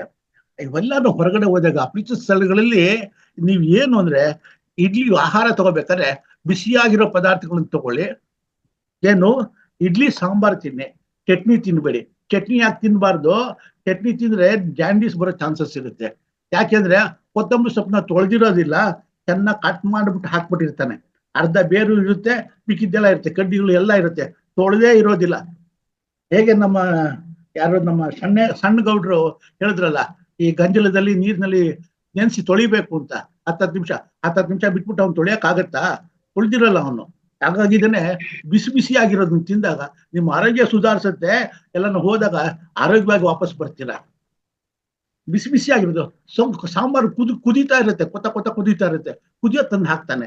ಆರೋಗ್ಯಕ್ಕೆ ಒಳ್ಳೇದು, ಅದನ್ನ ತಿನ್ನಿ. ಚಟ್ನಿ ರುಚಿಯಾಗಿರುತ್ತೆ ಅಂತ ತಿನ್ನಕ್ ಹೋಗ್ಬೇಡಿ ಅಂತ ಹೇಳ್ತೀನಿ ಅಂತ ಮಾಡ್ತೀನಿ. ಆಮೇಲೆ ಕೊತ್ತಂಬರಿ ಸೊಪ್ಪು ಅಷ್ಟೇನೆ ನಮ್ಗೆ ಬಹಳ ಒಳ್ಳೇದು. ಕೊತ್ತಂಬರಿ ಸೊಪ್ಪನ್ನ ಜ್ಯೂಸ್ ಮಾಡ್ಕೊಂಡು ಕುಡಿದಾಗ ಯೂರಿನರಿ ಪ್ರಾಬ್ಲಮ್ಸ್ ಏನಿರುತ್ತೆ, ಕಿಡ್ನಿ ಸಮಸ್ಯೆಗಳು, ಕಿಡ್ನಿನಲ್ಲಿರೋ ಸ್ಟೋನ್ಸ್ ನಿವಾರಣೆ ಆಗುತ್ತೆ. ಇಷ್ಟು ಹೇಳಿ ನನ್ನ ಮಾತನ್ನು ನಿಲ್ಲಿಸ್ತೀನಿ. ಬಹಳಷ್ಟು ವಿಷಯಗಳನ್ನ ನಾನು ಕವರ್ ಮಾಡಕ್ ಆಗಲ್ಲ, ಸಮಯದ ಅಭಾವ ಇದೆ. ನಮಸ್ಕಾರ. ಧನ್ಯವಾದಗಳು. ಅದ್ಭುತ ಸರ್, ಅದ್ಭುತ. ಯಾಕಂದ್ರೆ ನೀವು ಮಾತಾಡೋದೇ ಒಂದು ಅದ್ಭುತ. ಈಗ ಯಾಕೆಂದ್ರೆ ಅದು ಸರಿಯಾದ ಮಾರ್ಗದಲ್ಲಿ ಹೇಳುವಂಥದ್ದು ಇದೆಯಲ್ಲ, ಯಾಕೆಂದ್ರೆ ತಲೆಗೆ ನಾಟುವಂಥದ್ದು ಆವಾಗ್ಲೇನೆ. ಅಯ್ಯೋ ಇಂಥದ್ದು ಮಾಡ್ಬೇಡ್ರೋ, ಸರಿಯಾಗಿ ಮಾಡ್ರೋ ಅಂತ ಹೇಳೋ ಅಂಥದ್ದು ಇದೆಯಲ್ಲ, ಅದು ಬಹಳ ಇಷ್ಟವಾಗುತ್ತೆ ಸರ್. ಎಲ್ಲರಿಗೂ ಮನೆ ಮುಟ್ಟತ್ತೆ ಅಂತ ಹೇಳ್ತಾ ಅದ್ಭುತವಾಗಿ ಮಾತಾಡಿದ್ರಿ ಸರ್. ನಿಜನೇ, ನಾನು ಇಲ್ಲಿ ನಿಜವಾಗ್ಲೂ ಪಾಪ ಕಟ್ಕೊಳ್ತಿದ್ದೀನಿ ಅಂತ ಅನ್ಸುತ್ತೆ. ಯಾಕೆಂದ್ರೆ ಸಣ್ಣಗೌಡ್ರಿಗೂನು ಮಧ್ಯೆ ನಿಲ್ಲಿಸ್ದೆ. ದಯವಿಟ್ಟು ಟೈಮ್ ಆಗ್ತಾ ಇದೆ. ಸತ್ಯೇಂದ್ರ ಸರ್ ಮೇಡಮ್, ನಿಮಗೂ ನಿಲ್ಲಿಸ್ತಾ ಇದ್ದೀನಿ. 2 ನಿಮಿಷ ಒಂದೇ ಒಂದು ಮಾತು ಹೇಳಲೇಬೇಕು ಇದನ್ನ. ಹೇಳಿ ಸರ್. ಇತ್ತೀಚೆಗೆ ನಮ್ಮ ಮಕ್ಕಳು ಇದ್ದ ಹಿಡಿದಾಗಿ ವಯಸ್ಸಾದವ್ರಿಗೂ ಜಂಕ್ ಫುಡ್ ತಿಂತಾ ಇದ್ದಾರೆ. ಜಂಕ್ ಹೌದು. ಫುಡ್ ತಿನ್ನೋರು ವರ್ಷದಲ್ಲಿ 1,10,00,000 ಜನ ಸಾಯ್ತಾ ಇದ್ದಾರೆ. ಸಿಗರೇಟ್ ಸೇದವರು 80 ಲಕ್ಷ ಜನ ಸಾಯ್ತಾ ಇದ್ದಾರೆ. ಸಿಗರೇಟ್ ಸೇದವರು 80 ಲಕ್ಷ ಅಂತ ಖುಷಿಯಾಗಬೇಡಿ, ಬಟ್ ಅದು ಡೇಂಜರ್ ಏನೇ. ಬಟ್ ಜಂಕ್ ಫುಡ್ ತಿನ್ನೋರಲ್ಲಿ ವರ್ಷದಲ್ಲಿ ವರ್ಲ್ಡ್ ಹೆಲ್ತ್ ಆರ್ಗನೈಸೇಷನ್ ಬಂದಿರೋ ಸ್ಟ್ಯಾಟಿಸ್ಟಿಕ್ಸ್ ಪ್ರಕಾರ 1,10,00,000 ಜನ ಸಾಯ್ತಾ ಇದ್ದಾರೆ. ಜಂಕ್ ಫುಡ್ ತಿನ್ಬೇಡಿ. ಬೇಲ್ಪುರಿ, ಪಾಪ್ಕಾರ್ನ್ ಇದನ್ನ ಯಾವುದು ತಿನ್ನಕ್ ಹೋಗ್ಬೇಡಿ. ವೆರಿ ಡೇಂಜರ್ ಅಂತಾನೆ ಹೇಳ್ಬೋದು. ಈ ಆಮೇಲೆ ಮಸಾಲ ಪುರಿ, ಬೇಲ್ಪುರಿಗಳಿಗೆಲ್ಲ ಈರುಳ್ಳಿ ಹೆಚ್ಚುತ್ತಾರೆ. ಈರುಳ್ಳಿ ಹೆಚ್ಚಿದ್ ಏನಾಗುತ್ತೆ, 1 ಅವರ್ 1.5 ಗಂಟೆ ಒಳಗೆ ತಿಂದ್ಬಿಡ್ಬೇಕು. ಈರುಳ್ಳಿನ ಹೆಚ್ಚಿದ ತಕ್ಷಣ ಉಪಯೋಗಿಸ್ಬೇಕು. ಇವನು ಬೆಳಗ್ಗೆನೆ ಹೆಚ್ಚಿಟ್ಟಿರ್ತಾನೆ, ಸಾಯಂಕಾಲ ತಂದು ನಮ್ ಮುಂದೆ ಹಾಕ್ತಾನೆ ರಾಷ್ಟ್ರೀ. ಅದೆಲ್ಲ ವಿಷ ಆಗ್ಬಿಟ್ಟಿರುತ್ತೆ, ಅದು ಒಳ್ಳೇದಲ್ಲ. ಆಮೇಲೆ ಮನೆಯಲ್ಲಿ ಮಕ್ಕಳಿಗೆ ಜ್ವರ ಬಂದು ಮಲಗಿರ್ತಾರೆ, ವೈರಸ್ ಇನ್ಫೆಕ್ಷನ್ ಆಗ್ತಾ ಇರುತ್ತೆ ಪದೇ ಮನೆಗಳಲ್ಲಿ. ಏನ್ ಮಾಡಿ, ಒಂದು ಗಾಜಿನ ಬೌಲ್ನಲ್ಲಿ ಒಂದು ಈರುಳ್ಳಿ ತಗೊಳ್ಳಿ, 4 ಪೀಸ್ ಕಟ್ ಮಾಡಿ ಬೌಲಲ್ಲಿ ಇಡಿ, ಒಂದು ಕಾರ್ನರ್ ಸ್ಟ್ಯಾಂಡ್ ಅಲ್ಲಿ ಇಡಿ. ಇವತ್ತು ರಾತ್ರಿ ಇಟ್ರೆ ನಾಳೆ ರಾತ್ರಿಗೆ ಅದನ್ನ ತೆಗೀರಿ. ಆ ವೈರಸ್ ಏನಿದೆ, ಜ್ವರದ ವೈರಸ್, ಅವನ ಜೊತೆಲಿ ಮಗುವಿನ ಜೊತೆ ಮಲಗೋರಿಗೆ ಎಲ್ಲದಕ್ಕೂ ಅದು ಹೇಳ್ಕೊಡುತ್ತೆ. ಆರೋಗ್ಯಕ್ಕೆ ಒಳ್ಳೇದು. ಸಿಂಪಲ್ ಆಗಿರೋ ಟಿಪ್ಸು, ಆರೋಗ್ಯಕರವಾದಂಥ ಟಿಪ್ಸು, ₹1 ಖರ್ಚು ಮಾಡಿ ಅಂತದ್ದು. ಇದು ಸಸ್ಯಾಹಾರಿಗಳಾಗೋಣ, ಸ್ವಾಸ್ಥ್ಯವನ್ನ ಚೆನ್ನಾಗಿ ಕಾಪಾಡ್ಕೊಳ್ಳೋಕೆ ನಮ್ಗೆ ದೈವ ರಕ್ಷಣೆ ಕೊಡುತ್ತೆ. ಋಷಿಮುನಿಗಳು ನಮ್ಗೆ ಕೊಟ್ಟಿರುವಂತ ಈ ವಿಷಯಗಳನ್ನ ಫಾಲೋ ಮಾಡೋಣ. Thank you. Super sir, super sir. ನೀವು ಹೇಳಿದ್ರಿ ಗುರುಗಳಿಗೆ ಹೇಗೆ ನಮಸ್ಕಾರ ಮಾಡ್ಬೇಕು ಸರ್. ದೇವರಿಗೆ, ಗುರುಗಳಿಗೆ ಹಿಂಗೆ ನಮಸ್ಕಾರ ಮಾಡ್ಬೇಕು, ಹೀಗೆ ದೇವರಿಗೆ ನಮಸ್ಕಾರ ಮಾಡ್ಬೇಕು, ಹೀಗೆ ಗುರುಗಳಿಗೆ ನಮಸ್ಕಾರ ಮಾಡ್ಬೇಕು, ನಮ್ಮ ಸಮಾನಸ್ಥರಿಗೆ ಹೀಗೆ ನಮಸ್ಕಾರ ಮಾಡ್ಬೇಕು ಅಂತ. ಸೊ ನಿಮ್ಗೆ ಹೀಗೆ ಮಾಡೋದು ಸೂಕ್ತ ಅನ್ಸುತ್ತೆ ಸರ್. ನಮಸ್ಕಾರ. ಇಲ್ಲ ಸರ್, ನಾವು ಸಮಾನರಲ್ಲ ಸರ್. ನಾನು ತುಂಬಾ ಪುಟ್ಟೋಳು ಸರ್ ಜ್ಞಾನದಲ್ಲಿ. ಅದ್ಭುತ ಜ್ಞಾನ ಸರ್. ಏಕೆಂದ್ರೆ ನನಗೆ ನಿಜವಾಗ್ಲೂ ನಾನು ಹೇಳದ್ನಲ್ಲ ಆಗ್ಲೇ, ಪಾಪ ಕಟ್ಕೋತಿದ್ದೀನಿ ಅಂತ, ಅಲ್ಲಿಗೆ ನಿಲ್ಲಿಸಿ ಏನ್ ಮಾಡೋದು ಸರ್. ನಾನು ಈ ಸ್ಥಳದಲ್ಲಿ ಕೂತ್ಕೊಂಡ್ಬಿಟ್ಟಿದ್ದೀನಿ. ನಾನು ನಿಲ್ಲಿಸ್ಲೇಬೇಕು. ಯಾಕೆ ಅಂದ್ರೆ ಎಲ್ಲರ ಸಾಕಷ್ಟು ಸಂದೇಹಗಳಿರ್ಬೋದು, ಪ್ರಶ್ನೆಗಳಿರ್ಬೋದು, ಅವರ ಒಂದು ಅಭಿಪ್ರಾಯಗಳಿರ್ಬೋದು, ಹಂಚ್ಕೊಳ್ಳಿಕ್ಕೆ ಕೂಡ ನಾವು ಸಮಯ ಕೊಡಬೇಕು. ಮೊನ್ನೆ ಎಲ್ಲ ನಾನೇ ಅಲ್ಲಿ ಹೇಳ್ಕೊಂಡು ಬಂದೆ ಎಲ್ಲರೂ ಕೇಳಿರುವಂತ ಒಂದು ಪ್ರಶ್ನೆಗಳಿಗೆ. ಸರ್, ಇವಾಗ ಒಬ್ಬೊಬ್ರಿಗಾಗ್ತಾ ನೀವು ಪ್ರಶ್ನೆಗೆ ಉತ್ತರಗಳನ್ನ ಕೊಡಬೇಕು. ಪ್ರಶ್ನೆ ಇರ್ಬೋದು ಅಥವಾ ಅವ್ರ ಸಂದೇಹ ಇರ್ಬೋದು, ಏನ್ ಬೇಕಾದ್ರೂ ಅನ್ಕೊಳ್ಳಿ ಸರ್, ದಯವಿಟ್ಟು ಹೇಳ್ಬೇಕು. ಇಲ್ಲಿ ಅದಕ್ಕಿಂತ ಮುಂಚೆ ಇಲ್ಲಿ ಇವರು ಯಾರು ನಾಗೇಶ್ ಶೆಟ್ಟಿಗರ್ ಅವರು ಕೇಳ್ತಾ ಇದ್ದಾರೆ, ಹಿಂಡಾಲಿಯಂ ವೆಸಲ್ಸ್ ಅಂತ. ಸರ್, ಸಮಗ್ರ ಜೀವನ ಶೈಲಿ ಒಂದು ಕಾರ್ಯಕ್ರಮ ಏನು ಮಾಡಿದ್ವಿ, ಅದರಲ್ಲಿ ಹಿಂಡಾಲಿಯಂ ಆಗ್ಲಿ ಮತ್ತೆ ಈ ಇದರದ್ದು ಏನು ಅಲ್ಯೂಮಿನಿಯಂ ಆಗ್ಲಿ ಉಪಯೋಗಿಸಬಾರ್ದು. ಹಿಂಡಾಲಿಯಂನ ಸಾಕಷ್ಟು ಮನೆಗಳಲ್ಲಿ ಉಪಯೋಗಿಸ್ತವೆ. ಅಂದ್ರೆ ಇವನ್ ನಮ್ಮನೇಲಿ ಕೂಡ ಉಪಯೋಗಿಸ್ತೀವಿ. ಆದ್ರೆ ಏನಾದ್ರು ಒಂದು ಮಾಡ್ಬೇಕಾದ್ರೆ ಇಮ್ಮಿಡಿಯೇಟ್ ಅದು ಮುಗಿದ ನಂತರ ಪಾತ್ರೆಗೆ ಹಾಕೋದು ಬಹಳ ಉತ್ತಮ ಅನ್ನೋದು. ಆಮೇಲೆ ಯಾವ ವೆಸಲ್ಸ್ ನ ಯೂಸ್ ಮಾಡ್ಬೇಕು ಅಂತ ಹೇಳಿ ಪೂರ್ಣಿಮಾ ಅವ್ರು ಕೇಳ್ತಾ ಇದಾರೆ.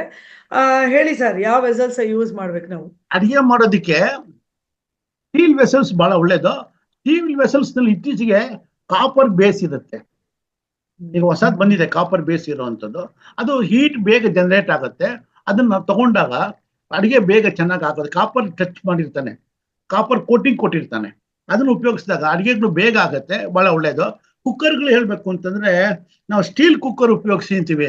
ಸ್ಟೀಲ್ ಕುಕ್ಕರ್ ₹2,000, 1,500 2,000 3,000 ಆಗುತ್ತೆ. ಆಡಿದರೆ ಹಿಂಡಾಲಿಯಂ ಕುಕ್ಕರ್ಗಳಾದ್ರೆ, ಅಲ್ಯೂಮಿನಿಯಂ ಕುಕ್ಕರ್ಗಳಾದ್ರೆ ಬಹಳ ಕಮ್ಮಿ, ₹400, 500, ₹600 ಸಿಗುತ್ತೆ. ಅದನ್ನ ಜನಗಳು ವಿಧಿ ಇಲ್ಲದೆ ಅದನ್ನ ಉಪಯೋಗಿಸ್ತಾ ಇರ್ತಾರೆ. ಅದನ್ನ ಸರ್, ಅದ್ರಲ್ಲಿ ಇದು ಹಿಂಡಾಲಿಯಂ ಉಪಯೋಗಿಸಿದ್ರು ಕೂಡ ಅದ್ರೊಳಗಡೆ ಸ್ಟೀಲ್ ಪಾತ್ರೆಗಳನ್ನ ಇಟ್ಟು ನಾವು ಉಪಯೋಗಿಸೋದ್ರಿಂದ ಒಳ್ಳೇದಲ್ಲ ಸರ್? ಒಳ್ಳೇದೇನೆ. ಆಮೇಲೆ ಆಹಾರ ಅದನ್ನ ಏನಿದೆ ಅದು ಸ್ಟೀಲ್ ಪಾತ್ರೆನಲ್ಲಿ ಇರುತ್ತೆ. ಇದು ಬೇಗ ನಮಗೆ ಬಿಸಿಯನ್ನ ಕೊಡೋದ್ರಿಂದ ಉಪಯೋಗಿಸ್ಬೋದು. ಸರ್ ಕೆಲವು ಅದಕ್ಕಿನ್ನ ನಾನ್ ಕೇಳಲ್ಪಟ್ಟಿರೋದು ನಮ್ಮ ಅಜ್ಜಿ ಕಾಲದಲ್ಲಿ ಹೇಳ್ತಾ ಇದ್ದಿದ್ದು, ಕುಕ್ಕರೇ ಉಪಯೋಗಿಸ್ಬೇಡಿ, ಏನಿದ್ರು ಹೌದು ಡೈರೆಕ್ಟ್ ಮಾಡುವಂತ ಅಡಿಗೆ ನಮಗೆ ನಮ್ಮ ಆರೋಗ್ಯಕ್ಕೆ ಒಳ್ಳೇದು ಅನ್ನೋದು. ಹೌದು ಆ, ಹೌದು ಹೌದು ಇದು ಹೌದು ಕೂಡ ಇದು. ಸರ್ ಸೊ ಇವಾಗ ಬಟ್ ಒಂದೊಂದಾಗ್ತಾ ಪ್ರಶ್ನೆಗಳನ್ನ ಕೇಳ್ತಾರೆ ಸರ್. ಮೊದಲನೇದಾಗಿ ಮಲ್ಲಪ್ಪ ನಾಯಕರು. ಸರ್ ಕೇಳಿ ಸರ್. ನಂತರ ನರಸಿಂಹ ಸರ್, ಆಮೇಲೆ ವೇದವತಿ ಮೇಡಮ್. ಮಲ್ಲಪ್ಪ ನಾಯಕರ ಕೇಳಿ ಸರ್. ಸರ್ ನಮಸ್ಕಾರ ಸರ್. ಸರ್ ಮ್ಯೂಟ್ ಆಗಿದೆ. ಸರ್ ಮ್ಯೂಟ್ ಆಗಿದೆ ಸರ್.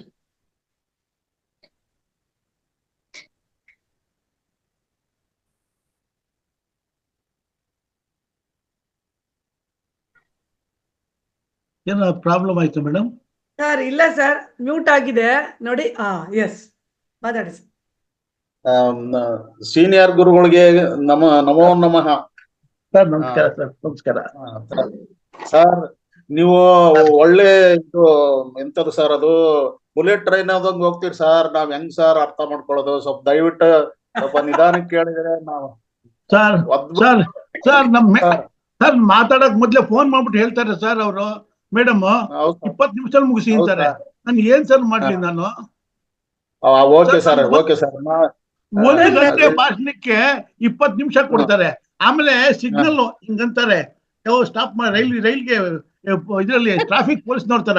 ಈಗ ಅಂತಿದಂಗೆನೆ ನಾನೇನ್ ಮಾಡ್ಬೇಕು ಹೇಳಿ? ಸ್ಟಾಪ್ ಮಾಡ್ಲೇಬೇಕು. ಟ್ರಾಫಿಕ್ ಫೈನ್ ಹಾಕ್ತಾರೆ. ಆಯ್ತು ಸರ್. ಇಲ್ಲ ಸರ್, ತಾವೇಳಿ ಕರೆಕ್ಟ್.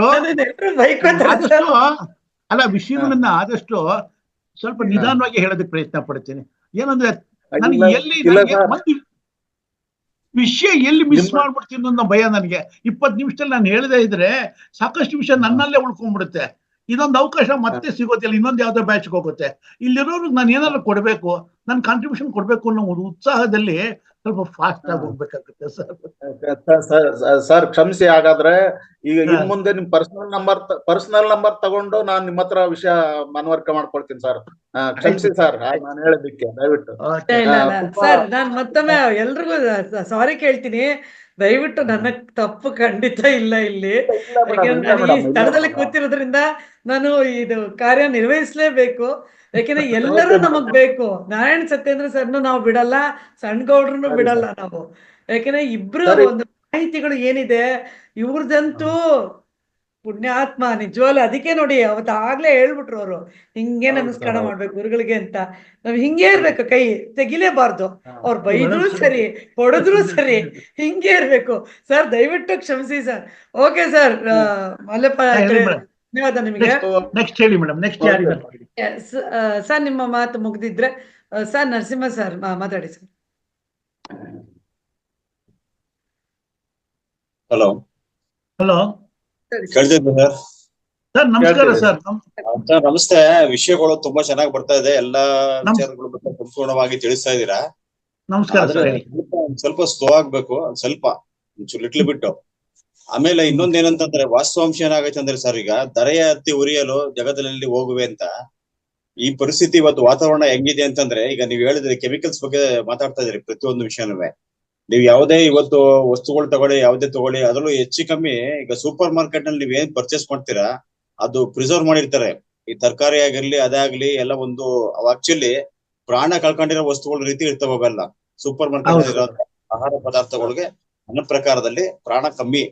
ಏಕೆಂದ್ರೆ ಫ್ರಿಡ್ಜ್ ಅಲ್ಲಿ ಇರ್ತಾವೆಲ್ಲ ಕಂಪ್ಲೀಟ್ ಐಟಮ್ಗಳನ್ನೆಲ್ಲ ಯಾವತ್ತೋ ಕೇಳ್ತಾರೆ, ಯಾವತ್ತೋ ಸಪ್ಲೈ ಕೊಡ್ತಾರೆ, ಮತ್ತೆ ಅದನ್ನ ಪ್ರಿಸರ್ವ್ ಮಾಡಕ್ಕೆ ಮತ್ತೆ ಕೆಮಿಕಲ್ ನ ಯೂಸ್ ಮಾಡ್ತಾರೆ. ಹಂಗಾಗಿ ತರಕಾರಿಯಿಂದ ಹಿಡಿದು ಈಗ ಏನಾಗಿದೆ ಅಂದ್ರೆ, ಒಬ್ಬ ಏನ್ ಮಾಡ್ತಾನೆ, ಒಬ್ಬ ಯಾವ್ದೋ ಒಂದು ಸೇಬು, ಈಗ ಡಾಕ್ಟರ್ ಅಡ್ವೈಸ್ ಮಾಡ್ತಾರೆ, ದಿನಕ್ಕೊಂದು ಸೇಬು ತಿನ್ನಿ, ಇದೊಂದು ಹಾರ್ಟ್ ಅಟ್ಯಾಕ್ ಇಂದ ದೂರ ಇರಿ ಅಂತಾರೆ. ಒಂದು ಸೇಬು ನಮ್ಗೆ ಇಲ್ಲಿಗೆ ತಲುಪುವಷ್ಟೊತ್ತಿಗೆ ಕನಿಷ್ಠ ಪಕ್ಷ ಒಂದು 30 ದಿನ ಆದ್ರೂ ಬೇಕಾಗುತ್ತೆ. ಅದ್ರ ಮೇಲೆ ಒಂದು ವ್ಯಾಕ್ಸ್ ಕೋಟ್ ಅಂತ ಮಾಡಿರ್ತಾರೆ. ಆ ಸೇಬ್ ಬರ್ಬೇಕಾದ್ರೆ ಅದನ್ನ ಒಂದು ಫ್ರೀಜಿಂಗ್ ಮಾಡ್ಕೊಂಡು ತಗೊಬಂದು ನಮ್ಗೆ ಕೊಡ್ತಾರೆ. ನಮ್ಗೆ ಅದನ್ನ ತಿನ್ನೋದ್ರಿಂದ ನಮ್ಗೆ ಎಷ್ಟು ಉಪಯೋಗ ಐತೆ. ಇವತ್ತು ಏನಾಗಿದೆ ಅಂತಂದ್ರೆ, ವೃತ್ತಿನಲ್ಲಿ ದೊಡ್ಡ ದೊಡ್ಡ ಇದ್ರಲ್ಲಿ ಕೂತಿರೋರೆಲ್ಲ ಏನಂತಂದ್ರೆ, ವಿನಾಕಾರಣವಾಗಿ ಕೆಲವ್ರನ್ನ ಅವರೇ ಒಂದು ಏನ್ ಮಾಡ್ತಾರೆ ಅಂತಂದ್ರೆ, ಅಡ್ವರ್ಟೈಸ್ ಮಾಡ್ತಾರೆ ಅವರೇನೆ. ಇದನ್ ತಿನ್ನಿ, ಅದನ್ ತಿನ್ನಿ, ಇದನ್ ತಿನ್ನಿ ಅಂತಾರೆ. ಅದಕ್ಕಿಂತ ಹೆಚ್ಚಿನದಾಗಿ ನಮ್ಮ ಲೋಕಲ್ ಅಲ್ಲಿ ಬೆಳೆಯೋ ಪದಾರ್ಥಗಳು, ಸೀಬೆ ಹಣ್ಣು, ಸೀಬೆಹಣ್ಣಿಗೆ ಯಾವ್ದು ಔಷಧಿನ ಸಿಂಪಡಿಸಲ್ಲ. ಅದನ್ನ ನೇರವಾಗಿ ನಾವು ಸ್ವೀಕಾರ ಮಾಡೋದ್ರಿಂದ ಸ್ಟ್ರೆಂತ್ ಬರ್ತದೆ ನಮ್ಗೆ. ಮತ್ತೇನಂದ್ರೆ ಅದು ಸೀಸನಬಲ್ ಫುಡ್ಗಳು. ಅದೇ ರೀತಿಲಿ ಯಾವುದೇ ವ್ಯಕ್ತಿ ಆಹಾರ ಸೇವನೆ ಮಾಡ್ಬೇಕು ಅಂತಂದ್ರೆ, ಇಲ್ಲಿ ಈಗ ನಾವು ಯಾವ ಪ್ರದೇಶದಲ್ಲಿ ಇರ್ತೀವಿ ಅಲ್ಲಿಂದ 50 ಕಿಲೋಮೀಟರ್ ನಲ್ಲಿ ಯಾವ ಆಹಾರ ಪದಾರ್ಥಗಳ ಬೆಳೀತಾರೆ, ಆ ವಾತಾವರಣಕ್ಕೆ, ಆ ವೆದರ್ಗೆ, ಆ ಅಟ್ಮಾಸ್ಫಿಯರ್ಗೆ ಅದು ಅಡ್ಜಸ್ಟ್ ಆಗಿರ್ತದ್ದು. ಅದನ್ನ ತಿನ್ನೋದ್ರಿಂದ ನಮಗೆ ನಮ್ಮ ದೇಹಕ್ಕೆ ಅದು ಅಡ್ಜಸ್ಟ್ ಆಗ್ತಾ ಹೋಗ್ತದೆ. ಇನ್ನ ಹಸುಗಳ ಬಗ್ಗೆ ಹೇಳ್ತಾ ಇದೀರಿ. ಇವತ್ತು ಏನಾಗಿದೆ ಅಂತಂದ್ರೆ ಎಲ್ಲಾ ಕಡೆನೂ ಸ್ವಲ್ಪ ಹಾಲು ಜಾಸ್ತಿ ಬರ್ಲಿ ಅನ್ಬಿಟ್ಟು ಯಾವ ರೀತಿಯ ಮೆಡಿಸಿನ್ಗಳನ್ನ ಯೂಸ್ ಮಾಡ್ತಾ ಇದಾರೆ, ಇಂಜೆಕ್ಷನ್ ಯೂಸ್ ಮಾಡ್ತಾ ಇದಾರೆ. ಆ ಇಂಜೆಕ್ಷನ್ಸ್ ಇಂದ ಏನಾಗುತ್ತೆ ಅಂದ್ರೆ ಮನುಷ್ಯನ ಮೇಲೆ ಸಿಕ್ಕಾಪಟ್ಟ ದುಷ್ಪರಿಣಾಮ ಬೀರ್ತಾ ಇದೆ. ಡೈರಿಯಿಂದ ಹಾಲು ಬರ್ಬೇಕು ಅಂದ್ರೆ ನಮ್ಗೆ ಹೆಚ್ಚು ಕಮ್ಮಿ 48 ಅವರ್ಸ್ ಅದನ್ನ ಫ್ರೀಜಿಂಗ್ ಮಾಡಿರ್ತಾರೆ. ಅದನ್ನ ಹಾಲ್ನ ನಾವು ಬೆಳಗ್ಗೆನೆ ಹೋಗಿ ಬೆಳಗ್ಗೆನೆ ತಗೋತೀವಿ, ಬೆಳಗ್ಗೆನೆ ಕುಡಿತೀವಿ. ಅದಕ್ಕೆ ನಮ್ಗೆ ಆಲ್ಟರ್ನೇಟೇ ಇಲ್ಲ. ಇವತ್ತು ಪರಿಸ್ಥಿತಿ ಹೆಂಗಾಗೈತೆ ಅಂದ್ರೆ, ಈಗ ನೀವ್ ಹೇಳಿದ್ರಿ ಇಂಡಾಲಿಯಂ ನಲ್ಲಿ ಇದು ಬೇಯಿಸ್ಬೇಡಿ ಅಂತ, ತಾಮ್ರ ಸೂಕ್ತ, ಅದಕ್ಕಿಂತ ಮಣ್ಣು ಸೂಕ್ತ. ಆದ್ರೆ ಪರಿಸ್ಥಿತಿ ಹೆಂಗೈತೆ ಅಂತಂದ್ರೆ, ಈಗ ನಾವು ನಮ್ಮ ಆರೋಗ್ಯನ ಸ್ಥಿರವಾಗಿ ಕಾಪಾಡ್ಕೋಬೇಕು ಅಂದ್ರೆ ಕನಿಷ್ಠ ಪಕ್ಷ 30-40 ವರ್ಷದಿಂದ ಏನಿತ್ತು ಆ ಸ್ಥಿತಿಗೆ ನಾವು ಅಂದ್ರೆ ಅಡಿಗೆ ಮಾಡೋದ್ರಲ್ಲೇ ಆಗ್ಲಿ, ಪದಾರ್ಥಗಳು ಉಪಯೋಗಿಸೋದ್ರಲ್ಲೇ ಆಗ್ಲಿ, ಆ ರೀತಿ ನಾವು ಹೋಗ್ಬೇಕು. ಇವತ್ತು ಏನಂದ್ರೆ ಸಿಂಪಲ್ ಆಗಿ ಜನಗಳಿಗೆಲ್ಲ ಗೊತ್ತು, ಮನೆಗಳ ಮೇಲೆ ಪಾಟ್ ಎಲ್ಲ ಇರ್ತದ, ಅಲ್ಲಿ ಪಾಟ್ ನಲ್ಲಿ ಅವ್ರ ದಿನನಿತ್ಯ ಉಪಯೋಗಿಸೋ ತರಕಾರಿ ಇರ್ತದಲ್ಲ, ತರಕಾರಿನ ಒಂದ್ ಕಡೆಗೆ ಶೇಖರಣೆ ಮಾಡಿ ಅದು ಗೊಬ್ಬರವಾಗಿ ಯೂಸ್ ಮಾಡಿ ತರಕಾರಿನ ಅವ್ರು ಬೆಳಿಬಹುದು. ಆದ್ರೆ ಆ ಸ್ಥಿತಿಲಿ ಮನುಷ್ಯ ಇಲ್ಲ ಈಗ. ಮತ್ ಇನ್ನೊಂದೇನಂದ್ರೆ, ಅದಕ್ಕಿಂತ ಹೆಚ್ಚಿನದಾಗಿ ನಮ್ಮ ಪಂಚಭೂತಗಳು ಏನಿದೆ ಅದೇ ನಮಗೆ ಮೊದಲನೇ ಶಕ್ತಿ. ನಾವು ತಿನ್ನೋ ಆಹಾರದಲ್ಲಿ 30-30% ಶಕ್ತಿ ಮಾತ್ರ ಬರ್ತದೆ ನಮ್ಗೆ. ಇನ್ ಮಿಕ್ಕಿದೆಲ್ಲ ಬರೋದು ನಮ್ಮ ಪ್ರಕೃತಿಯಿಂದ ಬರೋದು. ಉದಾಹರಣೆಗೆ ಏನಂದ್ರೆ, ರಾತ್ರಿ ಆಯ್ತಿದಂಗೆ ಮರಗಿಡಗಳ ನೋಡಿದಿರ ಎಲ್ಲ ಕೆಳಗಡೆ ಇದು ಗರಿ ಎಲ್ಲ ಕೆಳಗಡೆ ಇದಾಗೋಯ್ತದೆ ಕಂಪ್ಲೀಟ್. ಮತ್ತೆ ಸೂರ್ಯೋದಯ ಆದ್ಮೇಲೆ ಅದು ಚೇತರಿಕೆಗೊಳ್ತದೆ. ಹಾಗಾಗಿ ಪ್ರಕೃತಿ ಮೇನು.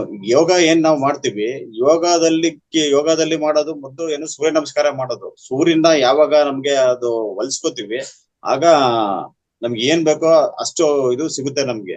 ಹಾಗಾಗಿ ಏನಪ್ಪಾ ಅಂತಂದ್ರೆ, ರಾತ್ರಿ ಹೊತ್ತು ಆಹಾರ ಸೇವಿಸೋದೇ ತಪ್ಪು ಇವತ್ತಿನ ಇದ್ರಲ್ಲಿ.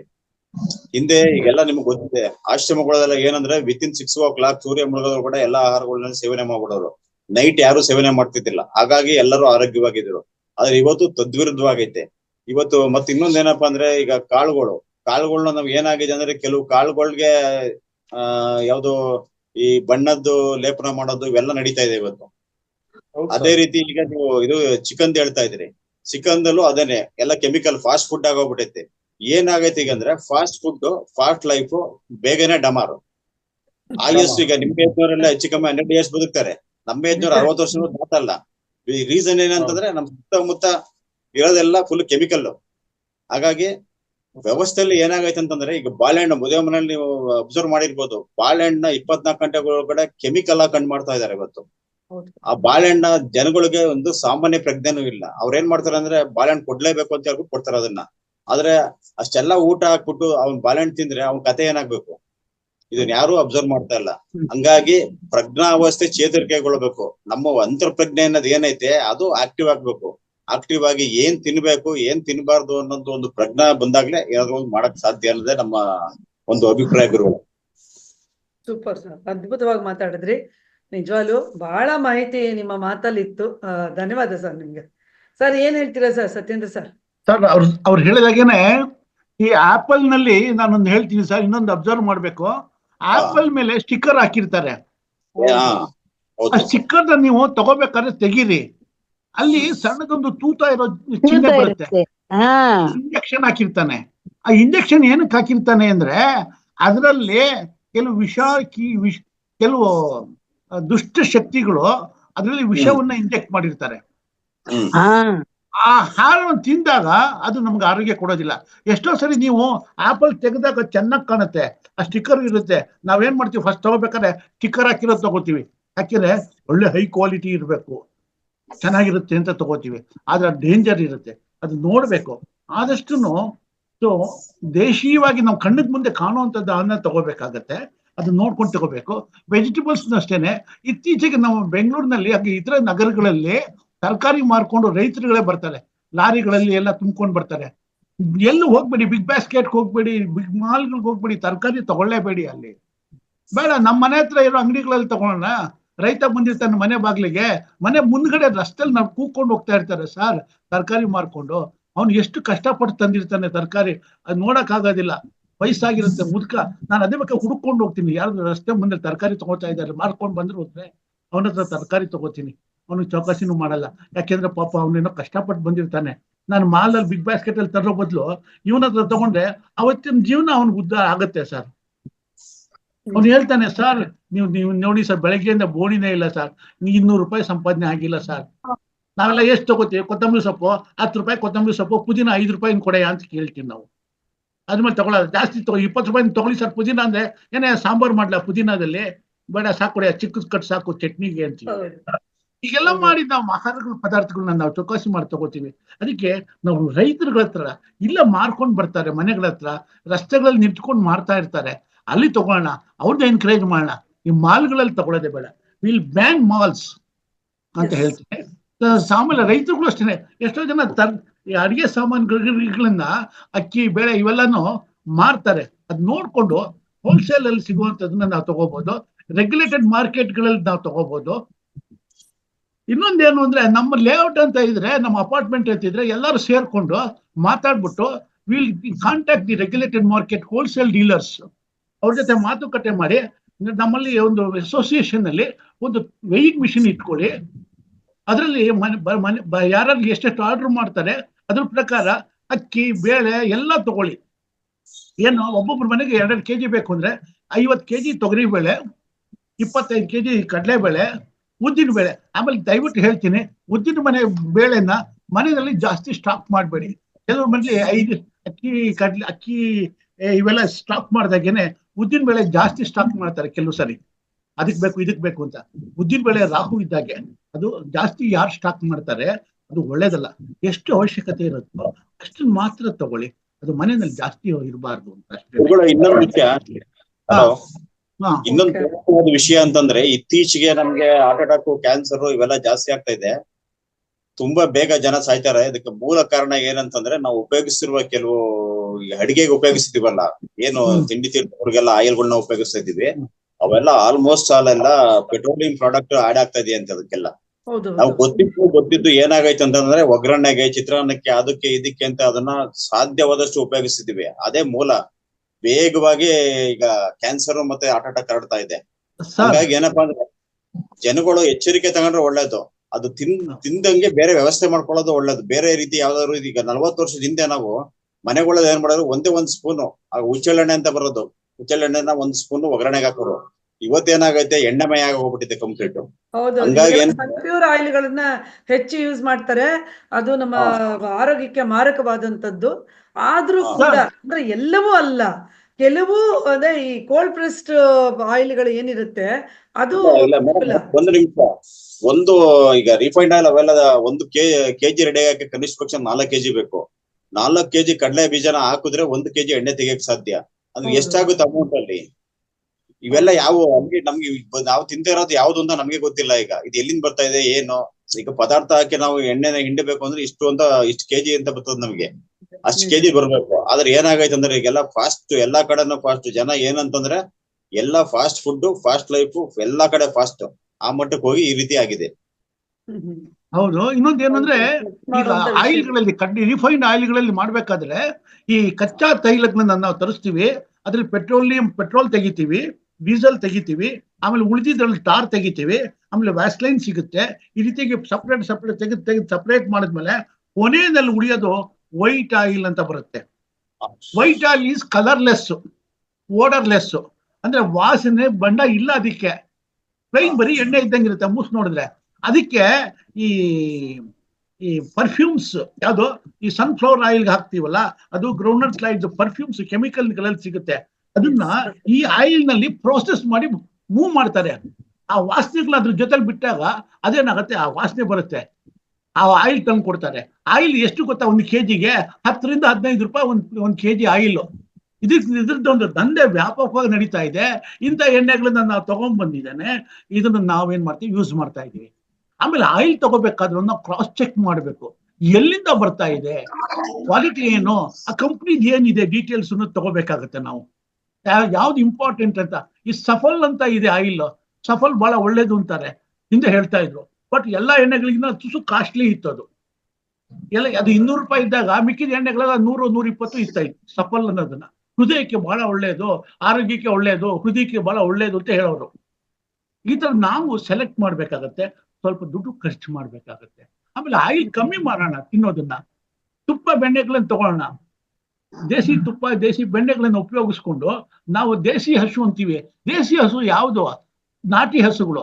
ನಾಟಿ ಹಸುನ ಸಾಕೋಣ, ಮನೇಲಿ ಜಾಗ ಇದ್ರೆ ಸಾಕಿ, ಇಲ್ಲ ಮನೆಯಲ್ಲಿ ಯಾರಾದ್ರೂ ಹತ್ರದಲ್ಲಿ ಯಾರಾದ್ರೂ ಮಾರೋರು ಇದ್ರೆ ಹಾಲ್ನ ಬಕೆಟ್ನಲ್ಲಿ ಇದ್ರಲ್ಲಿ ತಂದು ಕೊಡ್ತಾರೆ. ಅದ್ರಲ್ಲಿ ಇದೇನ್ ಮಾಡ್ಬೇಕು, ಅದನ್ನೇ ತಗೋಬೇಕು ನಾವು. ಮನೆ ಬಾಗಿಲಿಗೆ ತಂದು ಕೊಡ್ತಾನೆ. ಅದು ಹಾಲು ತಗೊಂಡೋದ್ರಿಂದ ಇದ್ದಿದ್ರಲ್ಲಿ ಆರೋಗ್ಯ ಸುಧಾರಿಸ್ಕೋಬಹುದು.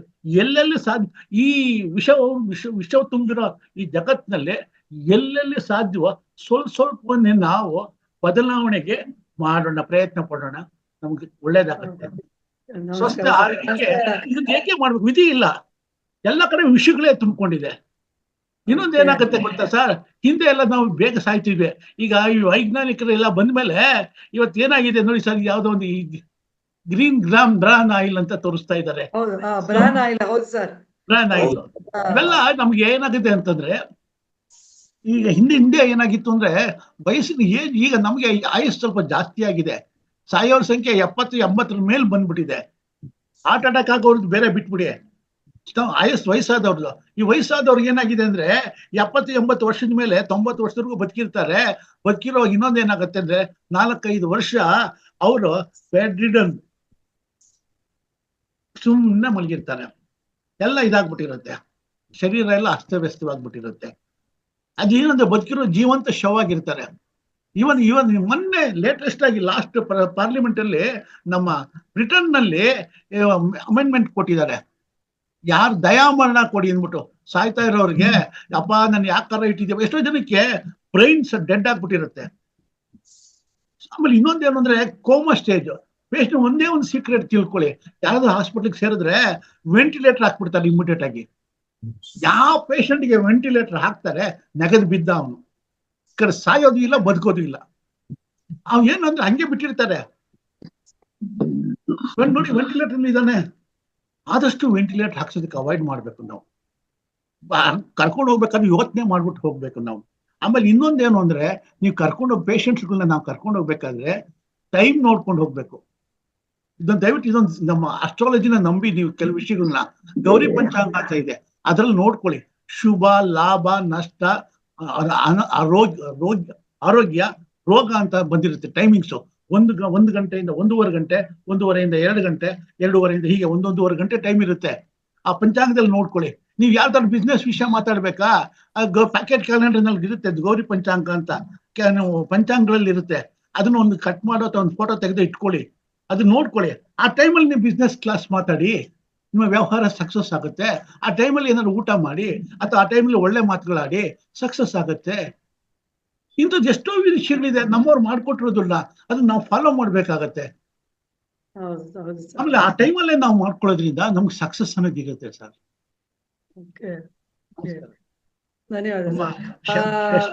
ನರಸಿಂಹ ಅವ್ರು ಬಹಳ ಚೆನ್ನಾಗಿರೋ ವಿಷಯಗಳಿಂದ ಪ್ರಸ್ತಾಪ ಮಾಡಿದ್ರು, ನಮ್ಗೆ ಬಹಳ ಖುಷಿ ಆಗುತ್ತೆ. ನಿಜವಾಗ್ಲು ಅವ್ರಿಗೊಂದು ದೊಡ್ಡ ಚಪ್ಪಾಳೆ ಸರ್. ನಿಜವಾಗ್ಲು ಬಹಳ ಒಳ್ಳೊಳ್ಳೆ ವಿಷಯಗಳನ್ನ ತಂದ್ರಿ. ನೋಡಿ, ಅವರು ಎಣ್ಣೆ ತಂದಿಟ್ಕೊಂಡ್ಬಿಟ್ಟಿದ್ದಾರೆ ಮಲ್ಲಪ್ಪ ನಾಯಕರು, ನಮ್ಮ ಮಲ್ಲಪ್ಪ ನಾಯಕರು. ಹೌದು. ಅಂದ್ರೆ ಅಯ್ಯೋ ಎಣ್ಣೆ ಅನ್ನಕ್ಕೆ ಭಯ ಸರ್. ಎಣ್ಣೆ ಅಂದ್ರೆ ಬೇರೆ ಅರ್ಥನೇ ಪಡ್ಕೊಳತ್ತೆ, ಆದ್ರೆ ಇಲ್ಲಿ ನಾವು ತಿನ್ನೋಂತ ಎಣ್ಣೆನ ಇಟ್ಕೊಂಡಿದ್ದಾರೆ. Okay sir. ವೇದಾವತಿ ಮೇಡಮ್, ದಯವಿಟ್ಟು ಮಾತಾಡಿ ಪ್ಲೀಸ್, ಚಿಕ್ಕದಾಗಿರ್ಲಿ ಮೇಡಮ್, ಈಗ ಟೈಮ್ ಆಗೋಗಿದೆ. ಏನಿಲ್ಲ, ಒಂದೇ ಒಂದು ಪಾಯಿಂಟ್ ತುಂಬಾ ಇದೆ. ಇವಾಗ ಮಾತಾಡಿದ್ರಲ್ಲ ಪಾಯಿಂಟ್ಸ್, ಆ ಪಾಯಿಂಟ್ಸ್ ಮೇಲೆಲ್ಲಾನು ನಾನು ಡಿಸ್ಕಷನ್ ಮಾಡ್ಬೇಕು ಅಂತ ಈಗ ಬೇಡ. ಒಂದೇ ಒಂದು ಪಾಯಿಂಟ್, ಮೊನ್ನೆ ಸಾರ್ ಹೇಳಿದ್ರು, ಸತ್ಯೇಂದ್ರ ಸಾರು. ಸರ್ ನಮಸ್ಕಾರ ಸರ್. ನಮಸ್ಕಾರಮ್ಮ. ಕನ್ಯಾ ರಾಶಿಯವರು ಮತ್ತೆ ವೃಷಭ ರಾಶಿಯವರು ಸೋಮವಾರ ರಾಹುಕಾಲ್ ಟೈಮಲ್ಲಿ ಮೌನ ವಹಿಸಿ ಅಂತ. ಯಾಕೆ ಸರ್? ಅದರಿಂದ ಲಾಭ ಮೌನವಾಗಿದ್ರೆ ನಿಮ್ಮ ಮನಸ್ಸಿನಲ್ಲಿ ಸಂಸಾರ ಜೀವನದಲ್ಲಿ ಕಿರಿಪಿರಿ ಇರೋದಿಲ್ಲ, ಆರೋಗ್ಯ ಒಳ್ಳೇದಾಗತ್ತೆ, ಟೆನ್ಷನ್ ಇರೋದಿಲ್ಲ. ಅಂದ್ರೆ ವೃಷಭ ರಾಶಿನವರು, ಕನ್ಯಾ ರಾಶಿನವ್ರಿಗೆ ಸ್ವಲ್ಪ ಸಮಸ್ಯೆಗಳಿದೆ. ಅವರು ಮಾನಸಿಕವಾಗಿ ಸ್ವಲ್ಪ ಕ್ಲಿಷ್ಟವಾಗಿರುತ್ತೆ, ಮನಸ್ಸು ಸೂಕ್ಷ್ಮವಾಗಿರುತ್ತೆ. ಈ ರಾಶಿನವರು ವೀಕ್ ಆಗಿರ್ತಾರೆ, ತುಂಬಾ ಸ್ತ್ರೀ ತತ್ವ ಅವರಲ್ಲಿ ಇರುತ್ತೆ ಒಳಗಡೆ. ಕನ್ಯಾ ರಾಶಿನವ್ರಿಗೆ ಮನಸ್ಸು ಅಷ್ಟು ಸೂಕ್ಷ್ಮ ಇರುತ್ತೆ. ಒಂದು ವಿಷಯ ಹೇಳಿದ್ರೆ ಅದು ನಾನಾ ವಿಷಯಗಳಲ್ಲಿ ತಿರುಗಿಸ್ಕೊಳ್ತಾರೆ. ಮನೋದಾಷ್ಟ್ಯ ಕಮ್ಮಿ ಇರುತ್ತೆ ಅವ್ರಿಗೆ, ಮನಸ್ಸು ನಿಗ್ರಹ ಮಾಡಿ. ಅದಕ್ಕೆ ನಾವು ಮೌನ ಅನ್ನೋದು ದಿನದಲ್ಲಿ 1.5 ಗಂಟೆ 2 ಗಂಟೆ ಮೌನ ಮಾಡಿ ಅನ್ನೋದು. ಅದಕ್ಕೆ ನಾವು ಮೌನ ಮಾಡೋದೇ ಇಲ್ಲಮ್ಮ. ಒಂದ್ ಅರ್ಧ ಗಂಟೆ. ಅದಕ್ಕೆ ನಾವೇನು ಕಂಪಲ್ಸರಿ ಆಗಿ ಬೆಳಗ್ಗೆ 7:30 ಇಂದ 9 ಗಂಟೆವರೆಗೂ ಮೌನವಾಗಿರಿ ಅಂದ್ರೆ ಸೋಮವಾರ ದಿವಸ, ಅವತ್ತು ಚಂದ್ರದ ದಿವಸ ಆಗಿರೋದ್ರಿಂದ ಓಂ ಸೋಮಾಯ ನಮಃ ಅಂತ ಹೇಳ್ತೀವಿ. ಚಂದ್ರಮ ಮನಸೋಚ ಇರುತ್ತೆ ಅವತ್ತಿನ ದಿವಸ. ಅವತ್ತು ಪ್ರಾರ್ಥನೆ ಮಾಡ್ಕೊಂಡಾಗ ಬಹಳ ಒಳ್ಳೇದು. ರಾತ್ರಿ 10:30 ಇಂದ 12 ಗಂಟೆವರೆಗೆ ಅವತ್ತಿನ ದಿವಸ ಈಶ್ವರ ತುಂಬಾ ಖುಷಿಯಾಗಿ ಕೂತಿರ್ತಾನೆ. ಅವತ್ತು ರಾತ್ರಿ 10:30 ಮಲ್ಕೋಬೇಕಾದ್ರೆ ಒಂದು 10 ನಿಮಿಷ ನಮಃ ಶಿವಾಯ ಅಂತ ಹೇಳ್ಬಿಡಿ. ಶಿವ ಶಿವ ಶಿವ ಶಿವ ಅಂತ. ನಿಮ್ಮ ಆರೋಗ್ಯ ಸುಧಾರಿಸುತ್ತೆ. ಏನ್ ಕೇಳಿದ್ರು ಕೊಡ್ತಾನೆ ನಿಮ್ಗೆ. ಯಾಕೆ ಕೇಳಬಾರ್ದು ನೀವು? ಹೇಳಿ. ನಮಸ್ಕಾರ ವೇದಾವತಿ ಅವರೇ. ಧನ್ಯವಾದ ಮೇಡಮ್. ಮ್ಯೂಟ್ ಮಾಡಿದೀನಿ ನಿಮ್ಗೆ. ಓಕೆ ಸರ್, ರೇವಣಪ್ಪ ಸರ್ ಕೇಳಿ ಸರ್. ದಯವಿಟ್ಟು ಕ್ಷಮಿಸಿ, ಎಲ್ಲರೂ ನನ್ನನ್ನ ಶಾಪ ಹಾಕ್ಬಿಡಿ. ಟೈಮ್ ತುಂಬಾ ಆಗೋಗಿದೆ, ಆದ್ರೂ ನಿಮ್ಗೆ ಅವಕಾಶ ಕೊಡ್ತಾ ಇದ್ದೀನಿ. ಮಾತಾಡಿ ಸರ್. ಸರ್ ಕೇಳಿಸ್ತಾ ಇಲ್ಲ. ಅವ್ರು ಮಾತಾಡ್ತಾ ಕೇಳಿಸ್ತಾ ಇಲ್ಲ. ಇಲ್ಲ ಸರ್, ಕೇಳಿಸ್ತಾ ಇಲ್ಲ ಸರ್. ಅನ್ಮ್ಯೂಟ್ ಆಗಿದೆ, ಬಟ್ ಜೋರ್ ಮಾಡ್ಕೋಬೇಕು ಸರ್ ನೀವು ವಾಲ್ಯೂಮ್.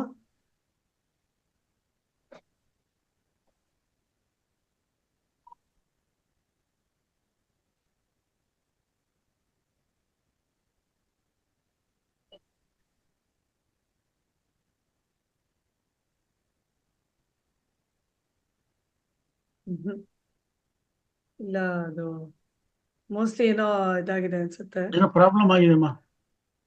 ಕೇಳಿಸ್ತಾ ಇದೆ ಸರ್, ಇವಾಗ ಮಾತಾಡಿ. ಪ್ರಾಬ್ಲಮ್ ಆಗಿದೆ ಅಂತ ಹೇಳಿದವ್ರು ಯಾರು ಸರ್? ನೀವಾ? ಮ್ಯೂಟ್ ಆಗಿರೋಂಗಿದೆ ಮೇಡಮ್, ನೋಡಿ ಮ್ಯೂಟ್ ಅಂತ ಇದೆ. ಇಲ್ಲ ಸರ್, ನೋಡಿ ಇವಾಗ ಮ್ಯೂಟ್ ಆಯ್ತು ಸರ್. ಇವಾಗ ಅನ್ಮ್ಯೂಟ್ ಮಾಡ್ಕೊಳ್ಳಿ ಸರ್. ಈಗ ಅನ್ಮ್ಯೂಟ್ ಮಾಡ್ಕೊಳ್ಳಿ. ಸರ್ ಇವಾಗ ಅನ್ಮ್ಯೂಟ್ ಮಾಡ್ಕೊಳ್ಳಿ. ಇವಾಗ ಮಾಡಿ, ಅದು ಒತ್ತಿ. ಅದು ಇಲ್ಲ, ವಾಯ್ಸ್ ಏನೋ. ಮಾತಾಡಿ ಸರ್ ಈಗ.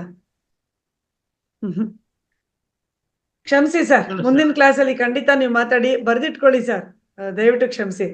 ಮೇಡಮ್ ಲಕ್ಷ್ಮೀ ದೇವಿ ಮೇಡಮ್ ಮಾತಾಡಿ. ನಮಸ್ತೆ ಸರ್. ನಮಸ್ಕಾರ. ನಮಸ್ತೆ ಸರ್. ಒಂದು ಡೌಟ್. ಎಡಗೈ ಅಂಗೈ ಮೇಲೆ ಆರೆಂಜ್ ಕಲರ್ ಬಣ್ಣ ಹಾಕಿದಲ್ಲ, ಕೇಳ್ಬೋದು ಏನಕ್ಕೆ ಅಂತ ಹೇಳಿ? ಏನಮ್ಮ? ಎಡಗೈ ಅಂಗೈ ಮೇಲೆ, ಲೆಫ್ಟ್ ಹ್ಯಾಂಡ್ ಅಂಗೈ ಮೇಲೆ ಆರೆಂಜ್ ಕಲರ್ ಬಣ್ಣ ಹಾಕಿದಾರ, ಏನಕ್ಕೆ ಅಂತ ಕೇಳ್ಬೋದಾ? ಯಾರು ಹಾಕಿರೋದಮ್ಮ? ನೀವ್ ಹಾಕೊಂಡಿದಿರಲ್ಲ ನಿಮ್ ಕೈ. ಅಮ್ಮ, ನಾನು ಬೆಳಗ್ಗೆ ಹೊತ್ತು ನನ್ನ ಮನೆಯ ಲಾಂಛನವಾದಂತ ನಾಮವನ್ನು ಹಾಕೋಬೇಕಾದ್ರೆ ಎಡಗೈನಲ್ಲಿ ಕುಂಕುಮ ಬಳಕೋತೀನಿ, ಸಿಹಿ ಚೂರ್ಣನ. ಆಮೇಲೆ ಅದು ನಾಮ ಹಾಕೊಂಡಿರ್ತೀನಿ. ಸಾಯಂಕಾಲದ ಹೊತ್ತಿಗೆ ಕದಗ್ಬಿಟ್ಟಿರುತ್ತೆ, ಕೈನಲ್ಲಿ ಕುಂಕುಮ ಇರುತ್ತೆ. ಅದು ಇನ್ನೊಂದೇನಂದ್ರೆ ಅದು ಹೋಗಿರಲ್ಲ, ಅದು ಹೋಗಿರೋದಿಲ್ಲ. ಆಮೇಲೆ ಇನ್ನೊಂದು ವಿಷಯ ಹೇಳ್ತೀನಿ, ನಿಮ್ಮ ಸೂಕ್ಷ್ಮತೆಗೆ ಧನ್ಯವಾದಗಳು. ಆಮೇಲೆ ಇನ್ನೊಂದು ಹೇಳ್ತೀನಿ, ಈ ಯಾವ್ದು ಕೈಗೆ ನೀವು ಇದಾಕೋತೀರ ನೋಡಿ, ಯಾವ್ದು ಇದು ಮೆಹಂದಿ. ಕೈಗೆ ಮೆಹಂದಿ ಹಾಕೊಳ್ಳಿ, ಅಂಗೈಗೆ ಇಲ್ಲಿ ಸೆಂಟ್ರದಲ್ಲಿ ಹಾಕೊಳ್ಳಿ. ಇದು ಬಹಳ ದೈವ ಬಲ ಇರುವಂತ ಜಾಗ. ಇಲ್ಲೆಲ್ಲ ಹಾಕೊಂಡಾಗ ಇಲ್ಲಿ ಒಂದು ಸೆಂಟ್ರಲ್ ಹಾಕಿ, ಇಲ್ಲೆಲ್ಲ ಒಂದೊಂದು ಬಟ್ ತರ ಇಡ್ತಾರೆ, ಡಿಸೈನ್ ಮಾಡ್ಬಿಟ್ಟು. ಇದು ಶರೀರದ ಉಷ್ಣಾಂಶವನ್ನ ಕಮ್ಮಿ ಮಾಡುತ್ತೆ. ಇವನ್ ಹೆಣ್ಮಕ್ಳೆಲ್ಲ ಗಂಡ್ ಮಕ್ಳು ಉಪಯೋಗಿಸಿ. ನಮ್ ಶರೀರ ಬಹಳ ಉಷ್ಣದಿಂದ ಕೂಡಿದೆ. ಅದ್ರಲ್ಲಂತೂ ನಾವು ತುಂಬಾ ಉಷ್ಣ ಜಾಸ್ತಿ ನಮ್ಮ ಶರೀರದಲ್ಲಿ. ಆ ಉಷ್ಣ ಎಷ್ಟು ಜಾಸ್ತಿ ಇರುತ್ತೆ ಅಂದ್ರೆ ಆ ತೀವ್ರತೆ ಹೇಳಕ್ಕಾಗಲ್ಲ. ಅದರಿಂದಾನೇ ಎಷ್ಟೋ ಕಾಯಿಲೆಗಳು ಬಂದ್ಬಿಡುತ್ತೆ. ಅದಕ್ಕೆ ಈ ಮೆಹಂದಿ ಅದು ಇದು ಎಲ್ಲ ತಂದು ಇಟ್ಟಿರೋದು ನಮ್ಗೆ. ಆಮೇಲೆ ಇನ್ನೊಂದೇನು ಅಂದ್ರೆ, ಹೆಣ್ಮಕ್ಳಿಗೆ ನಾನು ಹೇಳ್ತೀನಿ, ದಯವಿಟ್ಟು ಕಾಡಿಗೆ ಹಚ್ಚಿ ಕಣ್ಣುಗಳಿಗೆ, ದೃಷ್ಟಿ ದೋಷ ನಿವಾರಣೆ ಆಗುತ್ತೆ ಅಂತ. ಹಾಗೆ ಗಂಡಸರು ಅಷ್ಟೇನೆ ಕಾಡಿಗೆ ಹಚ್ಕೊಳ್ಳೋದು ಒಳ್ಳೇದು. ಕಾಡಿಗೆ ಹಚ್ಕೊಂಡ್ರೆ ಗಂಡಸರು ಒಳ್ಳೇದು, ಬಟ್ ಹಚ್ಕೊಳ್ಳಲ್ಲ. ಒಂದು ಕಮ್ಯುನಿಟಿ ಜನ ಕಾಡಿಗೆ ಹಚ್ಕೋತಾರೆ. ಹಾಗಾಗಿನೇ ಅವರು ಎಷ್ಟು ದುಷ್ಟರಾದ್ರೂ ಏನಾಗೋದಿಲ್ಲ, ಬಹಳ ಚೆನ್ನಾಗಿರ್ತಾರೆ. ನಾವುಗಳೇ ನಿಮ್ಮ ಮಾತಿನ ಉದ್ದೇಶ ನಾವು ದುಷ್ಟರಾಗೋದ್ ಬೇಡ, ದೃಷ್ಟಿ ಆಗದೆ ಇರ್ಲಿ ಅನ್ನೋದು. ದೃಷ್ಟಿ ಆಗದೆ ಇರ್ಲಿ ಅಂತ ಏನಂದ್ರೆ, ನನ್ನ ಉದ್ದೇಶ ಏನಂದ್ರೆ, ನಿಮಗ್ ದೃಷ್ಟಿ ಆಗ್ಬಾರ್ದು ಅಂದ್ರೆ ಕಾಡಿಗೆ ಹಚ್ಚಿ. ಗಂಡಸರಿಗೆ ಇನ್ನೊಂದು ರಿಕ್ವೆಸ್ಟ್, ಕಾಡಿಗೆ ತಗೊಳ್ಳಿ, ತಲೆ ಮೇಲೆ ಒಂಚೂರು ಹಿಂಗ್ ಅನ್ಕೊಳ್ಳಿ, ಸೈಡ್ ನಲ್ಲಿ ಹಿಂಗ್ ಅನ್ಕೊಳ್ಳಿ, ಕಾಲ್ಗೊಂಚೂರು ಹಂಚ್ಕೊಳ್ಳಿ, ಹೀಗ್ ಮಾಡ್ಕೊಳ್ಳಿ. ಹೀಗೆ ಒಂಚೂರು ಹೀಗೆ ಅನ್ಕೊಂಡ್ರೆ ಅದು ಸ್ವಲ್ಪ ದೃಷ್ಟಿ ದೋಷ ಕಮ್ಮಿ ಮಾಡುತ್ತೆ ನಿಮ್ಗೆ. ಧನ್ಯವಾದ ಸರ್. ಧನ್ಯವಾದ ಮೇಡಮ್. ಧನ್ಯವಾದ. ಹಾ. ಮ್ಯೂಟ್ ಮಾಡಿದ್ದೀನಿ ನಿಮ್ಮನ್ನ. ದಯವಿಟ್ಟು ಕ್ಷಮಿಸಿ, ನನ್ನನ್ನ ಖಂಡಿತ ಯಾರು ಬೈಕೋಬೇಡಿ ಅಂತ ಹೇಳ್ತಾ, ಸಣ್ಣಗೌಡ್ರಿಗೂ ಅಷ್ಟೇ ಸಾಕಷ್ಟು ನಮ್ಮ ಪ್ರಶ್ನೆಗಳಿವೆ, ತಿಳ್ಕೊಳ್ಳುವಂಥದ್ದು ತುಂಬಾ ಇದೆ. ಆಮೇಲೆ ಸತ್ಯೇಂದ್ರ ಸರ್ ನಮ್ ಜೊತೆ ಇರ್ತಾರೆ, ಸಣ್ಣಗೌಡ್ರಿಗೂ ಅಷ್ಟೇ ನಮ್ ಜೊತೆನೆ ಇರ್ತಾರೆ. ಖಂಡಿತವಾಗಿ ಯಾವಾಗ ಟೈಮ್ ಸಿಗುತ್ತೋ ಅವಾಗೆಲ್ಲ ಅವ್ರಿಬ್ರನ್ನ ಕರ್ಕೊಂಬರೋಣ. ಸಾಕಷ್ಟು ವಿಷಯಗಳನ್ನ ಕುರಿತು ಇಲ್ಲಿ ಎಲ್ರೂ ಚರ್ಚೆ ಮಾಡೋಣ ಅಂತ ಹೇಳ್ತೀನಿ. ತುಂಬ ಹೃದಯದ ಧನ್ಯವಾದಗಳು ಸರ್ ನಿಮ್ಗೆ, ಸತ್ಯೇಂದ್ರ ಸರ್ಗೆ. ಹಾಗೂ ಸಣ್ಣಗೌಡ್ರಿಗೂ ಅಷ್ಟೇ ಸಾಕಷ್ಟು ಮಾಹಿತಿನ ಕೊಟ್ರಿ. ಯಾರು ಜಮೀನ ತಗೊಂಡು ಏನಾದ್ರು ಒಂದು ಬೆಳೆಸ್ಬೇಕು ಅಂತ ಇರೋರ್ಗೆ ನಿಮ್ಮಲ್ಲಿಗೆ ಬಂದು ಒಂದಷ್ಟು ನಾವು ಮಾಹಿತಿನ ಪಡ್ಕೊಂಡು ಜಮೀನಲ್ಲಿ ಏನಾದ್ರು ಒಂದು ಮಾಡ್ಬೋದು ಅನ್ನೋ ಒಂದು ಆಸೆ ಹುಟ್ಟಿಸಿದಿರಿ. ಖಂಡಿತ ಸರ್, ಧನ್ಯವಾದ ನಿಮ್ಗೆ. ಸತ್ಯೇಂದ್ರ ಸರ್, ನಿಮ್ಮ ಹತ್ರ ತಿಳ್ಕೊಳ್ಳುವಂಥದ್ದು ತುಂಬಾ ತುಂಬಾ ತುಂಬಾ ಇದೆ ಸರ್. ಆದ್ರೂನು ನನ್ನನ್ನು ದಯವಿಟ್ಟು ಬೈಕೋಬೇಡಿ ಅಂತ ಹೇಳ್ತಾ ಮತ್ತೊಮ್ಮೆ ಇಲ್ಲ, ನಿಮ್ಗೆ ಇಲ್ಲ, ಇಲ್ಲ, ನಮಸ್ಕಾರ ಮಾಡ್ತೀನಿ. ಇಲ್ಲ ನಾನು ಇನ್ನೊಂದು ನಮ್ಮ ಮಾಸ್ಟರ್ಸ್ಗೆ ಕ್ಷಮೆ ಕೇಳ್ತೀನಿ. ನಾನು ಫಾಸ್ಟ್ ಈ ಶತಾಬ್ದಿ ಎಕ್ಸ್ಪ್ರೆಸ್ ತರ ಫಾಸ್ಟ್ ಆಗಿ ಹೋಗ್ಬೇಕಾಗಿ ಬಂತು. ವಿಧಿ ಇಲ್ಲ. ನನ್ನ ಉದ್ದೇಶ ಇದ್ದಿದ್ದು ವಿಷಯಗಳನ್ನ ಆದಷ್ಟು ನಿಮ್ಗೆ ಮುಟ್ಟಿಸ್ಬೇಕು ಅನ್ನೋ ಆತುರದಲ್ಲಿ ಎಲ್ಲಿ ಭಯ ನನಗೆ, ಎಲ್ಲಿ ಕಿತ್ಕೊಂಡ್ಬಿಡ್ತಾರೆ ಊಟ ತಿಂತಿರೋ ಹತ್ರ ತಟ್ಟೆಯಲ್ಲಿ ಕಿತ್ಕೊಂಡು ಹೋಗ್ಬಿಡ್ತಾರೆ ಅನ್ನೋ ಭಯ. ಹಾಗಾಗಿ ಇದನ್ನೇ ಬೇಗ ನಾನು ರೆಡಿ ಮಾಡ್ತಾ ಇದ್ದೆ. ಎಲ್ಲಿ ಮೇಡಮ್ ನನಗೆ ಈಗ ಅಂದ್ಬಿಡ್ತಾರಂತ. ಮನೆಗೂ ಅವ್ರು ಪೊಲೀಸ್ನವ್ರು ಬಂದೇ ಬಿಟ್ರು, ಟ್ರಾಫಿಕ್ ಸಿಗ್ನಲ್ ಈಗ ಅಂದ್ಬಿಟ್ರು. ಹಾಗಂದ್ರೆ ಸಿಗ್ನಲ್ ಗಾಡಿ ಸ್ಟಾಪ್ ಮಾಡ್ಲೇಬೇಕು, ಫೈನ್ ಹಾಕ್ಬಿಡ್ತಾರೆ. ಸ್ಟಾಪ್ ಮಾಡ್ಬಿಟ್ಟೆ. ಸರ್ ದಯವಿಟ್ಟು ಕ್ಷಮಿಸಿ ಸರ್, ಇವಾಗ್ಲೂ ಸ್ಟಾಪ್ ಮಾಡ್ತಿದ್ದೀನಿ. ದಯವಿಟ್ಟು ಕ್ಷಮಿಸಿ ಸರ್. 5:15 ಮುಗಿಸ್ಲೇಬೇಕು ಸರ್ ನಮ್ಮ ಕಾರ್ಯಕ್ರಮ. ಇವಾಗ 5:45 ಹೋಗಿದೆ. ರತ್ನ ಅವರು ಮತ್ತೆ ನಾಗರತ್ನವ ಅವರು ಇಬ್ರು ಪ್ರಶ್ನೆಗಳನ್ನ ಕೇಳಬೇಕು. ದಯವಿಟ್ಟು ನನಗೆ ಶಾಪ ಕೊಡದೆ ಬಿಟ್ಕೊಟ್ಬಿಡಿ ನನ್ನನ್ನ ಅಂತ ಕೇಳ್ಕೊಳ್ತಾ, ಎಲ್ಲ ಸಹೃದಯರು ತುಂಬಾ ಜನ ಇದ್ದೀರಿ. ಈಗಾಗಲೇ ನಾನು ರಂಗನಾಥ್ ಸರ್ ಹತ್ರ ಕೇಳ್ಕೊಂಡು ಅರ್ಧ ಗಂಟೆ ನಮ್ಮ ಕಾರ್ಯಕ್ರಮನ ಜಾಸ್ತಿ ಮಾಡಿದ್ದೆ. ಆದರೆ ಈಗ ನಾವು ಇನ್ನೂ 1 ಅವರ್ ಜಾಸ್ತಿ ಮಾಡ್ಬೇಕಾಗಿ ಬಂದಿದೆ. ಏಕೆಂದ್ರೆ ಅದ್ಭುತವಾದ ವ್ಯಕ್ತಿಗಳು ನಮ್ ಜೊತೆ ಇದ್ದಾರೆ, ಅದ್ಭುತವಾದ ಜ್ಞಾನಿಗಳು ಕೂಡ ನಮ್ಮ ಈ ಒಂದು ಸಭೆನಲ್ಲಿದ್ದಾರೆ. ಹಾಗಾಗಿ ಸಾಕಷ್ಟು ಚರ್ಚೆಗಳು ಮಾಡ್ಬೇಕಾಗಿದೆ, ಆದ್ರೂ ಸಮಯ ಸಾಲ್ತಾ ಇಲ್ಲ. ನಿಮ್ಮೆಲ್ಲರ ಜೊತೆ ಮತ್ತೊಮ್ಮೆ ನನ್ನ ಕ್ಷಮೆಯನ್ನ ಯಾಚಿಸ್ತಾ ಈ ಒಂದು ಕಾರ್ಯಕ್ರಮನ ಸಂಪೂರ್ಣಗೊಳಿಸ್ಬೇಕು ಅಂತ ಕೇಳ್ಕೊಳ್ತಾ ಇದ್ದೀನಿ. ಸೊ ಈ ಕಾರ್ಯಕ್ರಮವನ್ನ ನಾನು ಸಂಪನ್ನಗೊಳಿಸ್ತೀನಿ. ದಯವಿಟ್ಟು ಕ್ಷಮೆ ಇರಲಿ. ಹಾಗೂ ನಿಮ್ಮೆಲ್ಲರಿಗೂ ತುಂಬ ಹೃದಯದ ಧನ್ಯವಾದಗಳು. ಇಷ್ಟೊತ್ತು ಕೂತ್ಕೊಂಡು ಎಲ್ಲ ವಿಷಯಗಳನ್ನ ನಿಜವಾಗ್ಲೂ ಆ ವಿಷಯಗಳನ್ನ ಆಲಂಗಿಸಿದಿರಿ, ತುಂಬಾ ಚೆನ್ನಾಗಿ ಕೇಳಿದಿರಿ. ನಿಮ್ಮೆಲ್ರಿಗೂ ಧನ್ಯವಾದಗಳನ್ನ ಹಾಗೂ ನಿಮ್ಮೆಲ್ರಿಗೂ ಅಭಿನಂದನೆಗಳು ಕೂಡ ತಿಳಿಸ್ತಾ ಇದ್ದೀನಿ. ಅದ್ಭುತವಾದ ಒಂದು ತಾಳ್ಮೆ ನಿಮ್ದೆಲ್ಲಾನು. ಹಾಗೆ ನನಗೂ ಕೂಡ ಶಾಬಾಷ್ಗಿರಿ ಕೊಡ್ತಾ, ನೋಡಿ ಎಂತ ಅದ್ಭುತ ಮಾತುಗಾರರನ್ನು ಮಧ್ಯೆ ನಿಲ್ಲಿಸ್ತಾ ಇದ್ದೀನಿ ಅಂದ್ರೆ ನಾನು ಬರ್ರೆ ಅಂತ ಹೇಳ್ಕೊಳ್ತಾ, ನನಗ್ ನಾನೇ ಬೆನ್ ತಟ್ಕೊಳ್ತಾ ಧನ್ಯವಾದಗಳನ್ನ ಹೇಳ್ತೇನೆ ನಿಮ್ಗೆಲ್ರಿಗೂ. ನಿಮ್ಮೆಲ್ರಿಗೂ ತುಂಬ ಹೃದಯದ ಧನ್ಯವಾದಗಳನ್ನ ಅರ್ಪಿಸ್ತಾ ಈ ಕಾರ್ಯಕ್ರಮವನ್ನು ಸಂಪನ್ನಗೊಳಿಸ್ತಿದ್ದೀನಿ. ಎಲ್ಲರಿಗೂ ಧನ್ಯೋಸ್ಮಿ ಅಂತ ಹೇಳ್ತಾ ನಮಸ್ಕಾರ.